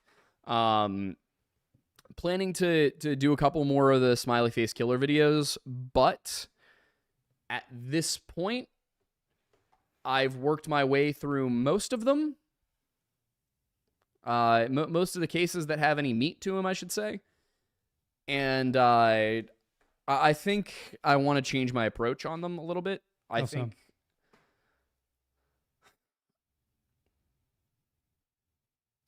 that a lot of these cases have something funny going on, but I don't necessarily think they're connected. And I don't want to put out a video that's like, yeah, there's no smiley face killer, but also these are weird. Yeah. I want to put out a video where I can be like, there's no smiley face killer, but here's why all of the cases should still be investigated as homicides. Or not all of them, but at least a good chunk of them. But in order to do that, I'm going to want to get a little bit more on the ground with it. I want to talk to some more of the families. See if I can get in touch with any police departments that investigated it. I think just I want to hit that with more professionalism. Yeah. Because in almost every case with the missing 411 stuff, there's no way it's going to ever get solved. If it wasn't an accident, then there's no way anybody's ever going to find the truth for most of these, because it's just been so long in so many cases. And, somebody's remains are found out in the middle of nowhere. Kind of hard to say who the last person to see them would have been. Do we want to treat them kind of like how we're planning to do with the clusters now, where we finish off any remaining and then we do a meta-analysis on the smiley face killer? That's what I'd always plan to do. Okay. I just think I want to get a little bit more. That meta-analysis video, I would rather do as a more sit-down documentary where we could do interviews. Because I just think it's a different kind of thing. Yep. That would be a good one for if we do end up going on Pepperbox. That would be another good one to do for that. 100%. Use the money because we need to hire somebody to actually do the outreach work. Yeah. Because I just don't have time. That said, I still have Tommy Booth's file sitting at home, so I would like to make use of it. Yeah. I got to get her the updated footage. Yes. Because I did finally do that. I just have to transfer it. The Foxo Gaming for $2 says you should do a video. 20th super chat. Thank you. Oh, wow. Yeah, I didn't notice that over there. Says you should do a video on the battle for Athens, Tennessee. Ooh, that would be a fun one. Yeah. Yeah, it's definitely, that's history. It's not anything else, but that would definitely be a good one. We do have a channel for that. That's true. Yeah, I keep needing to make content for it. We don't have time right now. That's the thing too, is it's like, yeah, if we end up getting 30,000 Patreon subscribers at the $1 level, then we'll probably only put 2 videos out on this channel each month, and then also probably one on the other ones. Yep. So I'll probably still be working just as much, just distributing it a little bit. Distributing it in a little bit more even a way. Yeah. So you'll get the same amount of content, just in 3 genres. Yes. Genre extension. We love it. Lori Zold for 199 says, Missing 4 and 1 the hunted definitely implies a creature. Yes. Oh, yeah. 100%. Vampire from Pluto for $2 says, any plans to cover Dyatlov Pass again? No, we kind of sealed the deal on that one. What more there is to say. Yeah. We really made a trilogy on Dyatlov Pass and just that's wild. I mean, the only thing I could see us doing with Dyatlov Pass in the future, barring any, release of new information somehow, would be uniting all 3 into one video somehow. Which, again, maybe that would be something we do if we got on Pepperbox. Yeah, I mean, it'd be cool to do like a full scale, all-in-one documentary for it, but thing is, that would be about a 3-hour-long documentary as it stands. Yep. So, I think 3-hour-long episodes that are continuous rather than kind of, tacked onto one another might make sense. But yeah, I mean, doing it in one go, I could probably get down to 2 hours. Probably. Yeah. Find out. Somehow, teleprompter maybe. Somehow we did the Donner Party one for 2.5 hours, or we shot it for like 7. But yeah, we got that down to 2.5. There are nights where we have an hour-long video, and it's taken me like 8 hours, and I'm still not done. And I'll sit there and I'll be like, how did we do the Donner Party? I don't know. How did we do it? It's a lot of effort. Yeah. I don't remember how long it took me to edit. I think I blocked it out. I think part of it, too, is we shot it across 3 days, so you probably were editing while I was still shooting. Yeah, that makes sense. It probably wasn't one session. You probably got, like, the first chunk done. Yeah. Yeah, I forgot that we did that. Echo Warrior for 1999 says, have you guys looked into the other hunter that went missing in the 411 documentary? If I remember right, he was hunting with friends and had a bad ankle, so he stayed in one spot and his friends got back and he was gone. That's Tom Messick, isn't it? That sounds like Tom Messick. Did Tom Messick hurt his ankle? Well, no, but he wasn't very mobile. Let me look up what the cases in that were. Well, you do that. Ellen of the Howler Werewolf Queen for $4.99 says, if this case was a case of mental breakdown, would you consider having a doctor look over her symptoms and give any ideas of conditions she may have had? I just don't think there's enough. Yeah. There's just not enough information. I mean, it's basically like she thinks she heard people behind her. Yeah. Yeah, I mean, if I had more information on it, I would, but so I'm trying to just. Peyton Ratzler for $50 as a longtime viewer from Alaska says they absolutely love the work we do. Theoretically, if there was one thing that connected all of these missing person cases, what would it be? I could make the joke that they went missing.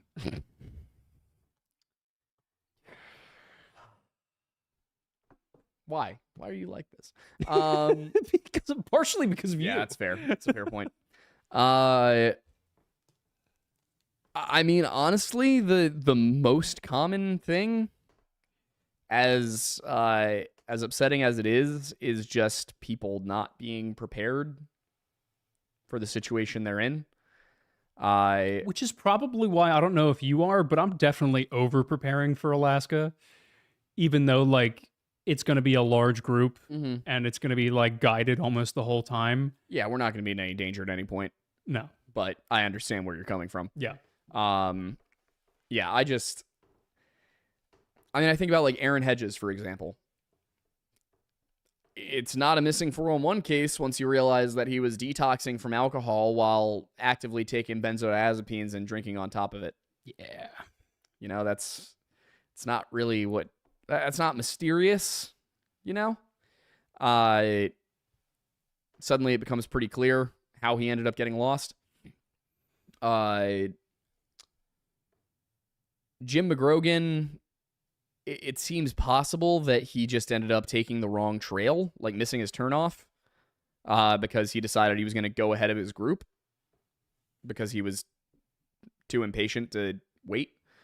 I mean, yeah, 9 times out of 10, I'm researching a missing 411 case, and it turns out that the person who went missing just had absolutely no business being where they were.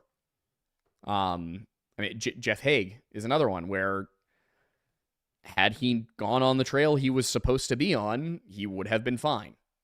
Mark Hansen, had his buddy not pushed him to keep going after they reached the first shelter, he would have been fine. Trenny Gibson, had she not walked off the trail, would have been fine. Tom Messick, if he had stayed put, would have been fine. It really just is people making bad decisions in the woods 9 times out of 10. In the cases where it's not people making bad decisions in the woods, those rare ones where I'm like, I don't know, of which Tom Messick is absolutely one, because where did he go? How was he not found? You know, those are, I think, foul play is the most likely explanation. Whether that's kidnapping, murder, whatever, is hard to say. But I think with like Minnie Hahn, that's not mysterious. She was clearly, attacked. So yeah, I think when it's not just lack of preparedness, more often than not, it is foul play from what I've seen. Yeah, makes sense. Yeah, it's amazing how many things there are. Like, I know we cover missing 411, but just you saying it's people making bad decisions in the woods, it's like, me being someone who enjoys the water, I have looked into and heard a lot of stories about, people going missing at sea or ships, sinking and things like that. And it's amazing how it's frequently not just bad decisions, but irresponsible decisions. When there was blatantly a series of decisions made where had the other obvious choice been chosen, you could have avoided disaster or catastrophe. Yep. And yeah, I mean, it's like something like stay on the trail. It's so simple. And, it's just, in a lot of cases, it's a little baffling. There are a few of them that I really am just like, how did you end up here? Yeah. Hansen being one of them. Like, come on, man. When he said he needed to drop his pack, that should have been it. It should have been over. It should have been, all right, we're stopping here or we're heading back to the trail shelter. Yeah. There should not have been another conversation. Yeah. Dennis is one of the ones where I'm like, this is weird. Mm-hmm. I'm having gone through the entire Dennis Martin thing. I think I'm still of the opinion that he was kidnapped. By whom? Why? Don't know. Do you Seems go like a crime of opportunity to me? Do you go at all into the sighting? Yeah. Okay. Well, Nick does. Okay. I'll talk about it a bit in part 2, but yeah, that's what I meant. yeah, I'm gonna go into it in part 2 because I'm taking David Politis's narrative and just kind of going through it and being like, okay, here's where this comes from. Here's where this comes from. Here's where this comes from. Here's what the good the good work is, and here's what the not good work is. But yeah, it's almost always just people are not prepared.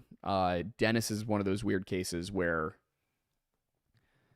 man, this kid, like, he vanished quick. And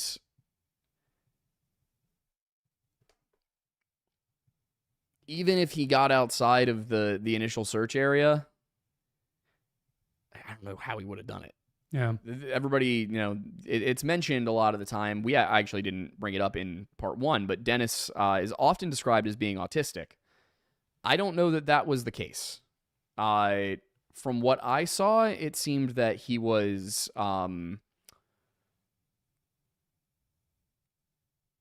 maybe slow. Mm-hmm. Would be the better term. That he was a slow learner. It was... Because here's the thing. The only thing they described it as is that he was half a year behind his chronological age. They don't say if that means emotionally, in which case autism, versus intelligence, in which case that's more of a low IQ issue. That's the thing, though, is also like half a year. Not a huge deal. I'm technically immature for my age. Yeah, and again, that's the thing is he academically or is he emotionally behind? Yeah. Because that's gonna tell you if he's emotionally behind, but he's academically on level or ahead, probably autistic. If he is emotionally where all of his friends are, but he's not academically there, it's probably that he's not as bright. So those are two different issues. Issues probably isn't the right term, but those are two different circumstances that have different implications for the search and for the case.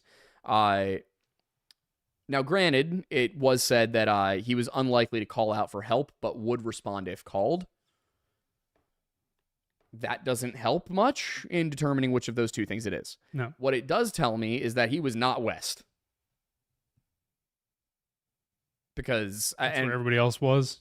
That's where his dad ran off looking at first, Yeah. just 5 minutes after Dennis went missing. Well, the one thing that jumped out to me, because I was editing the video this morning, or this afternoon, I should say, and I don't know if you're planning to go into it at all in part 2. Well, you can tell me and I can plan to. That's the thing, yeah, is the thing that jumped out to me was when you said that this became a bit of a family tradition to go out there. People probably knew about it.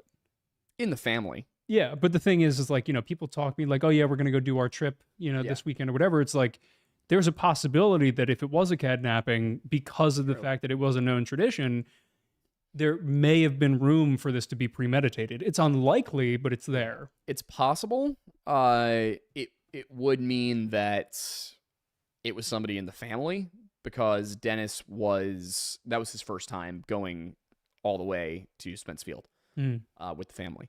That's the other thing is, most of the time if somebody is kidnapped, somebody does disappear, it's by somebody who they know. A lot of the time it is family.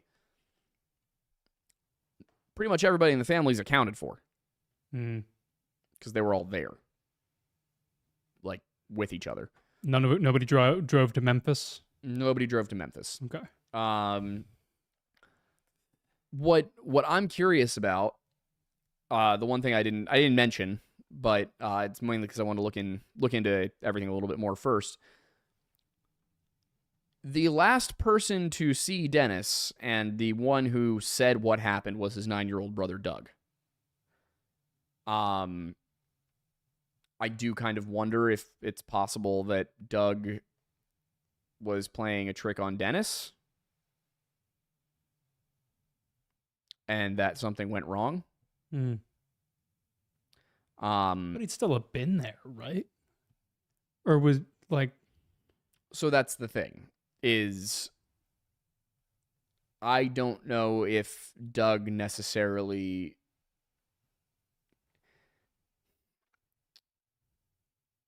Like I said, it's something I'm curious about. Yeah. But You're still formulating your yeah, opinions. the one thing that, then this is why I didn't bring it up yet, is one thing that's just been sticking in the back of my mind is like, is it possible that Doug knows what happened, felt it was his fault, and then lied about it?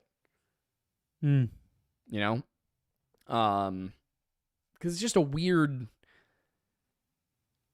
It's a weird set of events, because the two boys they were with, I didn't mention this in the video because I don't know for sure, but the other Martins, it's hard to tell. It's some people say that they are part of the same family, but they lived in Alabama. Some people have said they were just coincidentally also named Martin. That's a hell of a Michael coincidence. Bouchard, who wrote a couple of books on the case, he said that that Carter Martin actually wrote a book about this, but never published it because Bill asked him not to. Bill being Dennis's dad. Which isn't necessarily weird. What I've seen for the most part is that Dennis's family has kind of, their reaction to this once the search was over was to not talk about it. It was probably incredibly painful for Bill. yeah, He didn't for want to have to relive it over and over again. For sure. So yeah, I think there's a lot of moving parts. It's part of why we're doing 2 videos on the case. First one comes out Friday. Nice. Kellen, the official data for 223 is asking, will this be the return of the Windowsy on Friday in terms of the video that we're going to do about the Wendigo for... No. The Jordan Grider one will probably be September. That makes sense. Maybe October. The Wolf Elder for $2 says, please look into Jesse Farber. Jesse Farber. Why does that name sound familiar? I don't know. It does. Vampire from Pluto for $5 says, would you consider covering the Kentucky cannibal Boone Helm? Wild story about the mystery of... how about the mystery of the missing Fausto? Do you want to write this down? Yeah, go for it. All right. Okay, Jesse is Pennsylvania. Oh, really? So here's the thing. We probably can...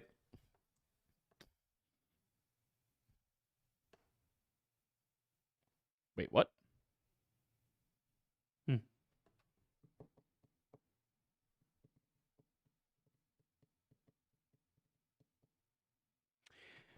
Real quick, John Crowder for $10 says, I need The Lore Lodge, but reality is thrown out the window where you twist the stories into scary fiction with the preface that it didn't happen that way. Not a bad plan. I'll tell you right now, it exists, and there's 15 seasons of it on the CW if That's you want to watch it. There's also basically the first year of our content. Yeah, it's true. Which was not deliberate. Yeah. It just was me not being very good at my job yet. Well, you also much more believed in the possibility of the supernatural elements. Yeah. Partially because you hadn't done as much research as you do now. But yeah. Dave had me. He had me in the first half, not going to lie. Incredible. JMO for $2 says, Johnny Appleseed vid when? I'd make a Johnny Appleseed video. Oh, no, I think a Johnny Appleseed video would be great. So would a Paul Bunyan one. Yeah. John Henry? Yeah, I was like, this is going to seem so racist that I can't remember the black guy's name. It's okay. Aren't you glad I read your mind? Oh boy, yeah, John Henry. I've actually wanted to do a videos on American folktales. Yeah. They just don't do very well. So, yeah, I would love to do a Johnny Appleseed and a Paul Bunyan, and maybe I pop into one video and it's all 3 in 1, but if you guys can get them out there, get people to watch them, yeah, we'll do them. Yeah, that's the thing is if we start seeing like our folklore videos doing numbers, we can start doing that. It's just, again, like I said, the financials of running a YouTube channel. It's very inconsistent. You'd think at this size we'd be able to relax. No. No. Somehow I feel like we're more stressed for money than ever before. Yeah. It's great. It's such a fun time. Anyway, Eleanor the Howler Werewolf Queen for $4.99 says tech support fund. Thank you. Support fund. Rubberleg 623 for $14.93. Love the specificity. Says, had this thought since the Tartaria video, could Atlantis have been a pre-biblical flood city or civilization that had been preserved through oral history to our time, considering distortion via oral history? Yeah, that's basically what I've been saying. Yeah. That's why I immediately went to your camera. I was like, let them know. Yeah, that's essentially what my opinion has been for a long time now, is that Atlantis is a reference to a possibly like Copper Age level, maybe early Bronze Age level city or civilization of some kind that existed probably prior to the end of the last ice age. I think that is the most reasonable explanation for what Atlantis is, if Atlantis is real. Yep.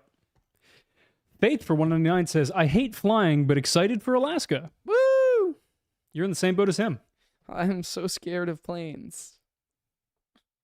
Reasonably so. Yeah. You know, it's funny. I've never had a problem with planes, but on my For You page, it just keeps showing up as plane crash things. Crashes too? Yeah. Yeah, it's great. It's like every fifth video is like, hey, this thing where nobody survived from icing, and we're going to Alaska. Plane in Brazil. Yeah. I found a deep dive, learned a hell of a lot about why that happened. Why would you want to do that? So at least if it happens, I can be like, well, wasn't the pilot's fault. You're just going to be sitting there on the phone or the plane with Kat. Like, now you need to understand, this is not the pilot's fault. Yeah. And she'll be like, nah, she'd be pretty calm. Yeah. Oh, I hate planes. Yeah. Rubberleg 623 for $2 says, God punishing sin to the gods punish their hubris. Wait. God punishing sin to the gods punish their hubris. It feels like a quote. I'll be honest, I don't totally understand the comment. Fair enough. Vampire from Pluto for $5 says, if you did go to vids every other week, would you still have a weekly live show? I think it would be good so we could ask questions and get silly. I mean, that's basically what the live show is now. So yeah, that would generally be the concept. I mean, what we're hoping for, and we're still working on, it's just getting consistent guests is hard when we're the only two people working here. Yeah, who do that. It was easier when we weren't doing the other podcasts for me to kind of like do that. So we're trying to get it set up again. We're hoping to have kind of a rotating cast of characters who are going to come in every other week, and then we can do basically big fat Q&As on the off weeks. Yep. White Trash Panda for $2 says, shipped to the studio. USPS said it should arrive today. I haven't checked out back, but it might be there. I will return. Newman Borders for Pi said, would you be able to explain Mark 1332 for me? Of course, this is... It's not this box from Manscaped. No. Well, I didn't bring anything in today, so it would have arrived today. Okay. Pull up... Do you have your phone with you? What? Yeah. Pull up Mark 1332 while you do that. Okay. Because somebody wants you to explain it. I'll answer what I can. Here Comes the Pit is a new member. Okay. Here Comes the Pit's a new member. Thank you. We're going to go to my camera. Duo Black Rose for $10 says, I don't know why I'm reading it as though he's here. Rough and Tumble is a museum for antique steam engines. It's a Paradise, PA. Every year they run a flea market where they bring out all their fun vintage stuff like cars and heavy equipment. Why didn't you tell me about this like 3 weeks ago? Because I would have gone. I would have gone so fast. Kat saying it's never just the pilot's fault. It's always a failure. Multiple systems. See, I told you guys. I knew she'd be calm. I knew she'd get it because she's Kat. She's great. Dipshit Studios for $4.99 says the Flesh Pedestrian keeps sending me suggestive Snapchats saying that it wants my smooth feminine skin. Please help. Well, here's the problem. You accepted them as a friend on Snapchat to begin with. From search, I assume, you never do that. You never do that. Here comes the Pit for $5 saying, first time I am able to catch you live in a long while. Thank you for being here. Kel in the official data for 556 says, you speak of the Norse goddess Hel, whose realm is Hel or Helheim. It is neither automatically a good or bad place as in other faiths. Love that. Love that. Yeah, I can see it. Makes sense. Echo Warrior, I'm not going to address yours right now because it's for $100 and I want him to be here. Super Nerd, new member. Thank you. Wildly Lost for $10 says, don't put limits on God. Your prayers always matter, if only to you. God has the choice to save whomever he wants. Do your best to follow the word as you understand it. Yes, I think Mattis would fully, wholeheartedly agree with that, especially given what he said earlier. Very good comment, especially in light of what that previous question was earlier in the evening. So thank you for that, Wildly Lost. Gom for $10 says, thank you, Aiden. His death was very sudden and took me off guard. Your answer were the words I needed to hear. God bless you. God gave you this following for a reason. When does he? Love that. I'm going to reread that in about 15 seconds because he's coming back up the stairs. Mattis. Gom, who was the one who had the message about the friend passing, said, thank you. His death was very sudden and took me off guard. Your answer were the words I needed to hear. God bless you. God gave you this following for a reason. When does he? That was my reaction to it. Thank you.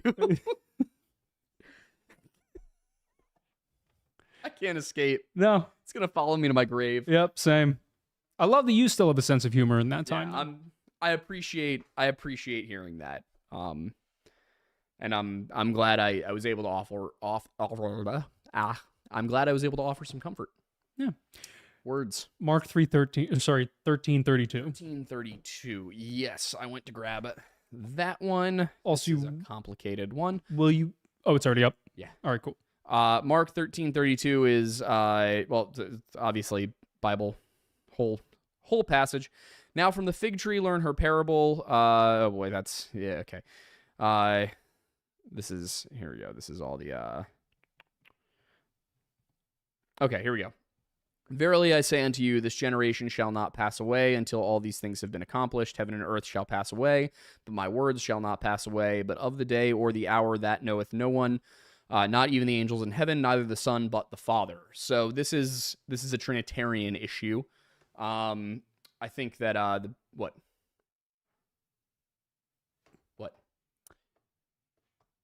There we go. Sorry. No, your camera died, so I'm going to swap the battery. Oh, good. Yep. It's a Trinitarian issue. Obviously there are going to be the fact that there is one God in three persons means that those three persons are going to have different responsibilities, different trying to think of the right wording for this. Different personas. I mean, you got to think about God as the problem is people think about God as a person. God's not a person. God's an omnipresent, omniscient, omnipotent deity. So you've got to think of, I mean, so let me put it this way. Christ is the Word made flesh. God is the Word. Overall. So one way you could look at it is that the Father is the will, the Son is the flesh, and the Spirit is the spirit.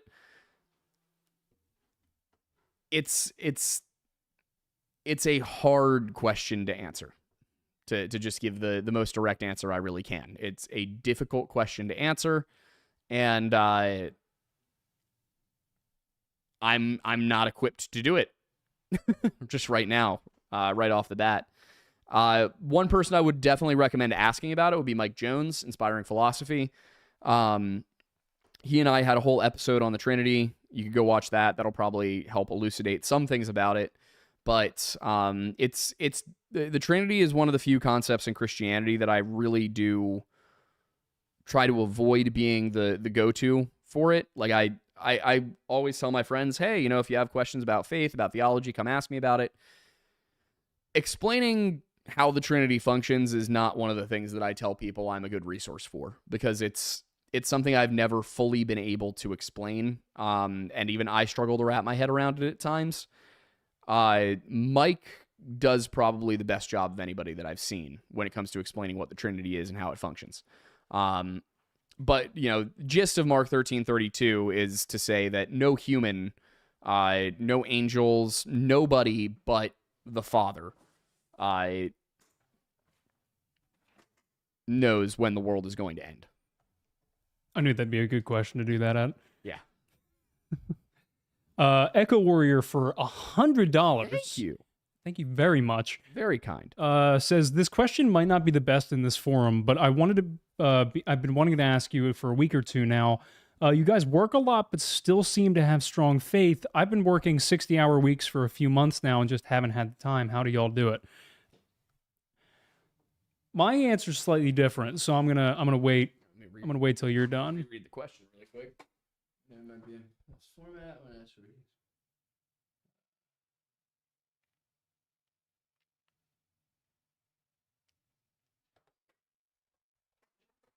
I may be misunderstanding what you're saying, but I would say that faith does not require time. I mean, I look at where I am in my life and the fact that I work 68 hours a week, 60 to 80 hours a week, the fact that you know, most of the money I have goes back into either the business or towards, you know, building a future. I see all of that as a blessing. I'm 26 years old, almost 27. I work for myself. I make good money working for myself. I'm able to provide for, you know, what is becoming a little family now. You know, I have a girlfriend. I have 2 dogs. I am the breadwinner in the house. I see all of that as blessings. You know, I'm blessed that I get to work 60 to 80 hours a week doing a job that I love instead of working 40 hours a week doing a job that I hate. You know, I remember doing a job that I hated. And it's crazy to think that about 2 years ago exactly is when I quit. Yeah. It's when I quit for the last time. I submitted my last letter of resignation, and I have not looked back. And I see all of that as, you know, those are all just more reasons to be stronger in my faith. I would not say the same thing if I was still working 60 hours a week for a dead-end job that I hated. You know, I'm not going to sit here and be like, oh yeah, God's blessing me, the rest of you, haha, tough luck, you know, because that's not the case. The case is that I worked my ass off for 2 years, and it put us in a position where we can do this. It sucked for a while. There were a lot of months where I had no money to do anything except pay my bills. So I guess the answer is that I worked hard, and I found myself in a position where I really love what I do, who I do it with, and what we create. I think the key to happiness is finding that in your life, whatever that is, you know? I think a lot of people are struggling with the fact that they're trying to be in the world. But if you're a Christian, this has kind of become like a mini Weird Bible podcast. I don't know why I don't know where all the questions about religion came from. I think it's because people haven't had Weird Bible in a while. That's a good point. But yeah, I mean,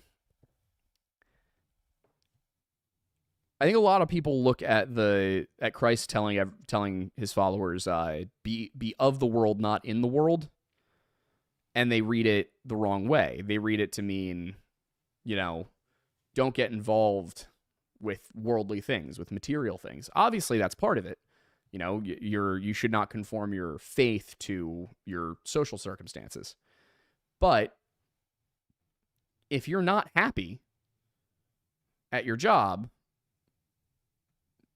drastic change might be the answer. It might be that you are so deep in the world that you are stuck. There are ways out. There are things you can do. If you are in decent shape, or you can get into decent shape, you can go become a game warden. You can become a national park ranger. The military is currently frantic to find recruits. There are, I mean, a lot of it's going to be government jobs, don't get me wrong, but there are charities that will always want to take people on. There are things like the Peace Corps and AmeriCorps and Teach for America. Depending on your age, there are avenues, there are routes to change who and where you are that might make you happier. But at the same time, they also might be pretty drastic. I mean, switching from marketing to YouTube was not a decision I made without risk. My life could have completely fallen apart. It didn't. It's floating around up there. It didn't. It worked out, but this was not something that just happened. This didn't just fall into our laps. Having a TikTok go viral, that was a lucky break. Everything after that was us working our asses off. When people say God has a plan, you gotta actually actively be trying to improve your circumstances. God's not just going to hand you things. The world isn't going to hand you things. The universe isn't going to hand you things, whether you believe in God or not. If you don't believe in God, you should be even more certain the universe isn't going to hand you anything. So I mean, my advice with it is try and put yourself in the frame of mind that there is a way forward, and you just need to find it. And that might mean, doing something drastic. I don't know what you do. But if it's not something that you see making you happy in the long run, what's the risk in making a bigger change? Yeah. Hell, go work as a ranch hand for 6 months. If you're able, go and go work as a tour guide in a big city. Go teach English in another country. A lot of people want the happiness they desire to fall into their lap, and it's not going to.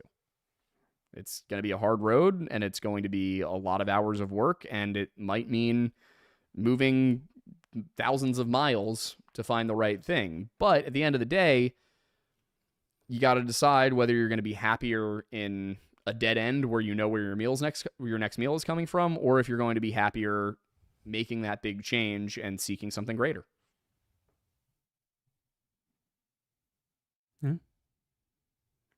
That is what I have to say. What about you?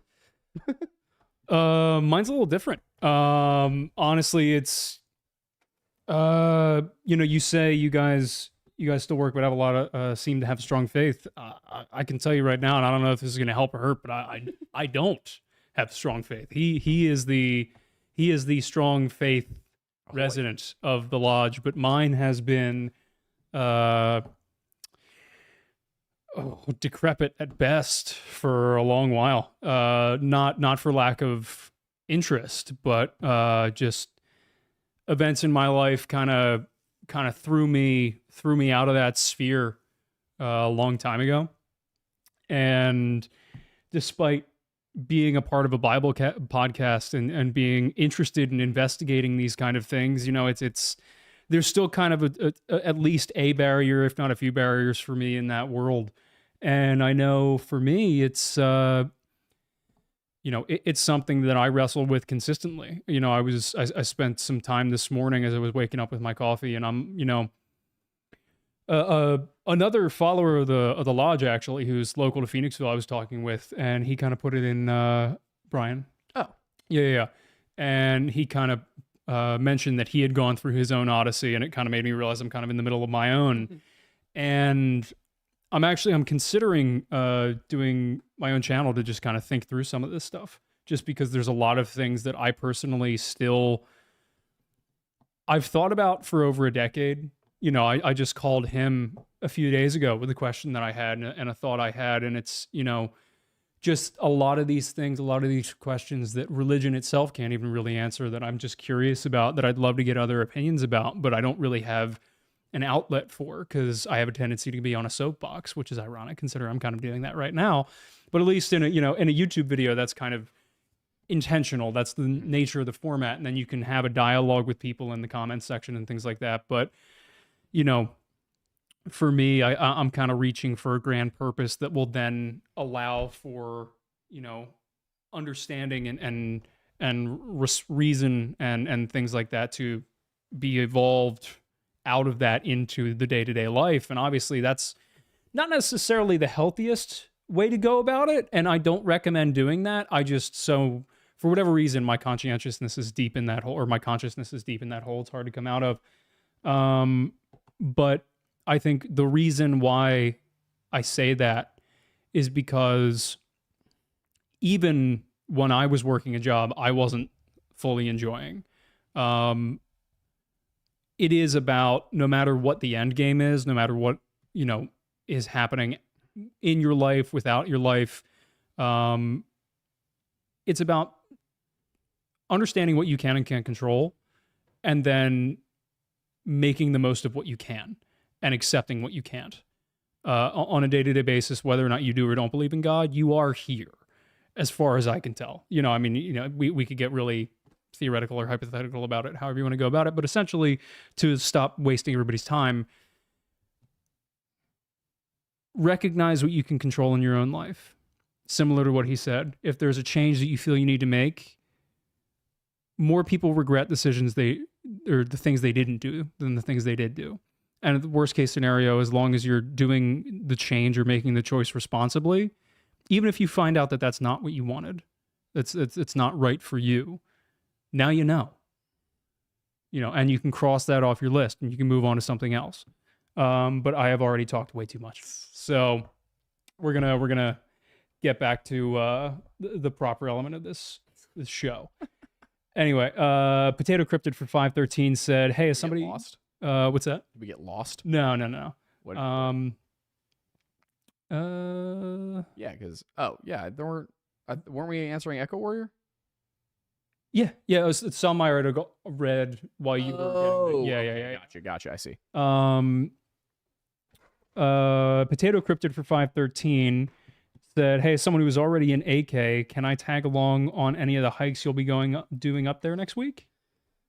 I actually don't know. I know one of the days is a self-guided hike. So theoretically, I believe if you happen to be at that trail at the same time we were at that trail, and you were like, "Hey, aren't you the guys from the Lore Lodge?" Then yeah, I think you could tag along. I don't think we'd get in trouble for that. If you're in the Discord, ask in the Discord in the Lore Master Inquiries section. If you're not in the Discord, it is https://bit.ly/join the lodge. It is linked all over the place. Nice. That is the best place to get updates, by the way. Miss Maury for $2 saying, "What's the channel schedule for while we're in Alaska?" There isn't one. There is. What do you mean? Well, I mean, in terms of what to expect from our content while we're away. Not the podcast. Yeah. Although possibly, depending on what our service is like, we might do a quick little live thing streamed from my phone. We could, yeah. But as for the content schedule, video go up Friday as always. Nice. Super Nerd for 1066, love the specificity, said, "I like St. Augustine." Terrible year. Incredible. "I like St. Augustine's argument against the literal interpretation of the creation account. It makes Christians look like idiots because pagans are well aware of the natural world." Yeah, I like Augustine. He is. I'm not with him on everything necessarily, but I think that he was one of the best church fathers for Christians to start with, once they're ready to get into the deeper stuff. Augustine also, if I'm not mistaken, was one of the church fathers who was fully in favor of a round earth. Just to really drill it down there, that Christianity has absolutely never been a flat earth religion. Yep. Dredgen Lore for $2 says the movie you're looking for is The Librarian, and I can't exactly remember the context for that. It might be from when we were talking about how you wanted a Bible national treasure. Yeah, that makes sense. It was look up. It was 8:21. Film. We are rapidly approaching the 8:30 questions. Cool. By the way, Devin Ramber for $4.99 says, "Have you read Devolution? Devolution? It's by the same guy who wrote World War Z, and it deals with a tribe of Bigfoot's big feet. Oh my God. Attacking a high-tech. These are literally Indiana Jones, but with biblical. Is it like a knockoff Indiana Jones? They're very new. Oh, really? Yeah. Oh, I expected it was going to be from like the 80s and like B movie. No, they're were made for TV movies. So there was a TV series. Okay. That appears to be the Oh no, yeah. First movie was a made for TV that came out in 2004, so around the same time as National Treasure. Then the second one was 2006 and then 2008. No way. Yeah. We'll have to check it out. The Librarian, Quest for the Spear, Return to King Solomon's Mines, and The Librarian, Curse of the Judas Chalice. Interesting. Yeah. I do not have high hopes. Fair enough. It also uses the Lord of the Rings font. Mm. That's incredible. Actually, no, it doesn't. It uses a different font each time. This is phenomenal. I'm going to have to watch these. I just have to. Yeah. I wish Christians would make better movies. I wish we could get better at this. Capital I for $4.99 says, "We are." Yes, Penn State.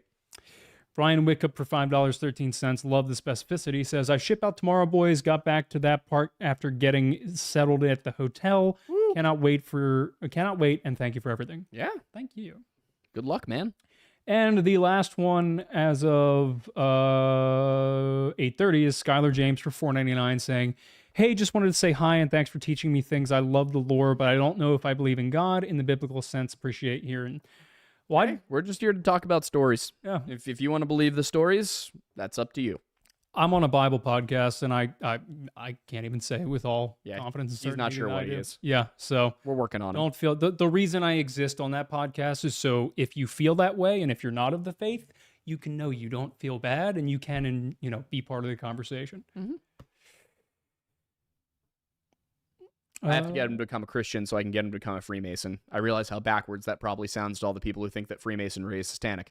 That's the fun part.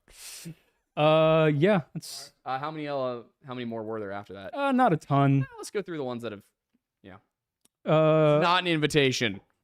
Yeah. Anthony Tiff for $5 said, "Huge follower of the channel. What's your opinion on the Dogman phenomena?" Dogman. Ooh, that's an interesting one. We actually have a video on it. That's pretty decent. Even though it's old. Mm. But yeah, the Dogman issue. Very interesting. There are Native American stories from I want to say it's the Inuit, who talk about things they call the Adlets, and they are dog-headed people who live in Canada. These are pre-European colonization of the Americas. Take that as you will. Fair enough. I think the Dogman stuff comes from something. I don't know that I necessarily would believe there are dog people running around, but there are stories going back that predate the Beast of Bray Road and the song and the radio stuff and all that from the 1970s. So, I think there's something to the Dogman story, but I think like most of these things, it's probably not what we think it is. Yeah. Warsage for Canadian $2 says, "Hey, Lord Lodge, keep up the great work." Thank you. That was a very and to viewers like you, thank you. Mm-hmm. Local Legends Burt Moran for $2 saying, "One story you guys would want boots on the ground for?" ? Like our boots on the ground, or like we'd want troops? Our boots.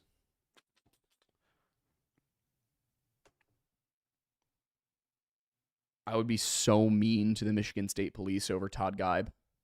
I would be so mean to the Michigan State Police. Yeah, we'd definitely get arrested for like harassing officers. Yeah. Honestly, though, Donner Party. Yeah. I would love to go trace the trail they did, either on horseback, on, motorcycle, Jeep. I was thinking Yuba County 5. That would be a good one too. Yeah. Tom Giraffe for $20 says, "Here, take my money. Much love from a guy named Tom." Thank you, Tom. Thank you, Tom. Karen Dellett and the real William White are members. Thank you. Yeah, those little $1 memberships can be very helpful in bulk. It's a collective action problem, everybody. It might not seem like much, and you might wonder, like, how does this actually help? Like I said, each of our regular videos gets 100,000 views in the first weekend. If each of those 100,000 people that watch every video became a member at the $1 level, we would be able to do just such cool stuff. Yeah.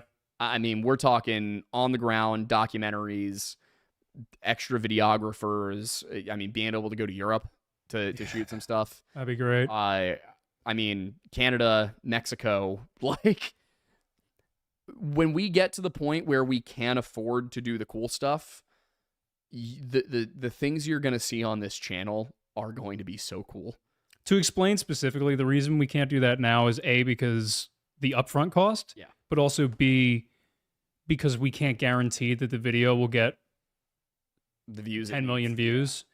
So if every video did as well as Killdozer, we would be fine. Yeah. We could do all that stuff without Patreon. But fact of the matter is, every video isn't Killdozer. Yeah. So for the time being, we do what we can from our studio. That's why we would love to work with Pepperbox, is because that way we could just get on this immediately. But for now, it's just building things, and our hope is that by year 5 we'll be doing those on the ground documentaries. And we love y'all, like 150,000 people who watched the videos in the first weekend. Like, y'all the real ones. Oh yeah, for sure. Everyone else who watches them at other times, you're all still real ones. We're like, to be clear, we're not sitting here begging you for money. We're just telling you, if you want the cool stuff, that's the most direct way to get it. Yeah. We're happy where we are right now. Yeah, we enjoy this. Don't worry. We're fine. We're not begging for money. We just are like, if you guys want to see us go to the Valley of Headless Men, that's what it'll take. That's the kind of thing we need, is that kind of support. So if that's something you want to offer, awesome. If not, absolutely no hard feelings. We are not expecting you guys to finance our lives. That's why we make the videos for free. All right. Google finances our lives. I see more members. Thank you, everybody Peyton who has become a member. Eve Forsyth, and Rage versus Emil. Yeah. Thank you, everybody who supports the channel, even if it's just by viewing the videos, hitting the like button, all that. You guys are what make our dreams come true. So literally. We're also, very grateful. If you can't afford it, no, exactly, don't do it. I want to be very clear about that. If you need, I don't care if it's $1 or $50. Like, if you need that money, do not spend it on us. Yeah. We're doing okay. We're not. Yeah. Just if you have the money to spend and you want to see us take you to Nahanni and to if you want to see more videos that are on site, is the best way to put it. Yeah. That's the most direct way to do the sport. So thank you all so much. And I think we did miss one. It was Persimmon Bridge Creek for 199 saying there is a man missing who is 77 and still missing. I think that might have been the one with the broken ankle guy that we were talking about earlier. Maybe I can't remember. That's the thing I was gonna do, is I was gonna take a look and see what that was supposed to be, but I couldn't. It's hard because you can't really. There aren't like lists of just who was in the movies for some reason. That's books, documentaries. Yeah. Oh, apparently UFO Connection is a documentary. Interesting. 411 The Hunted Cases. Come on. Cases list. Yeah, no. 77-year-old from Missing 411 The Hunted. Why can I not remember what the cases in The Hunted were? I know there was Aaron Hedges, there was Tom Messick, there was the Sierra Camp tapes.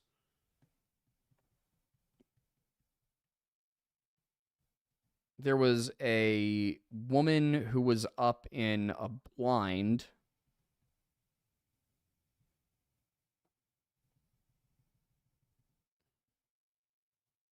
I think that's got to be Tom. I mean, it would make sense. I mean, he was 82, I think. Might have been 84. Wasn't 77.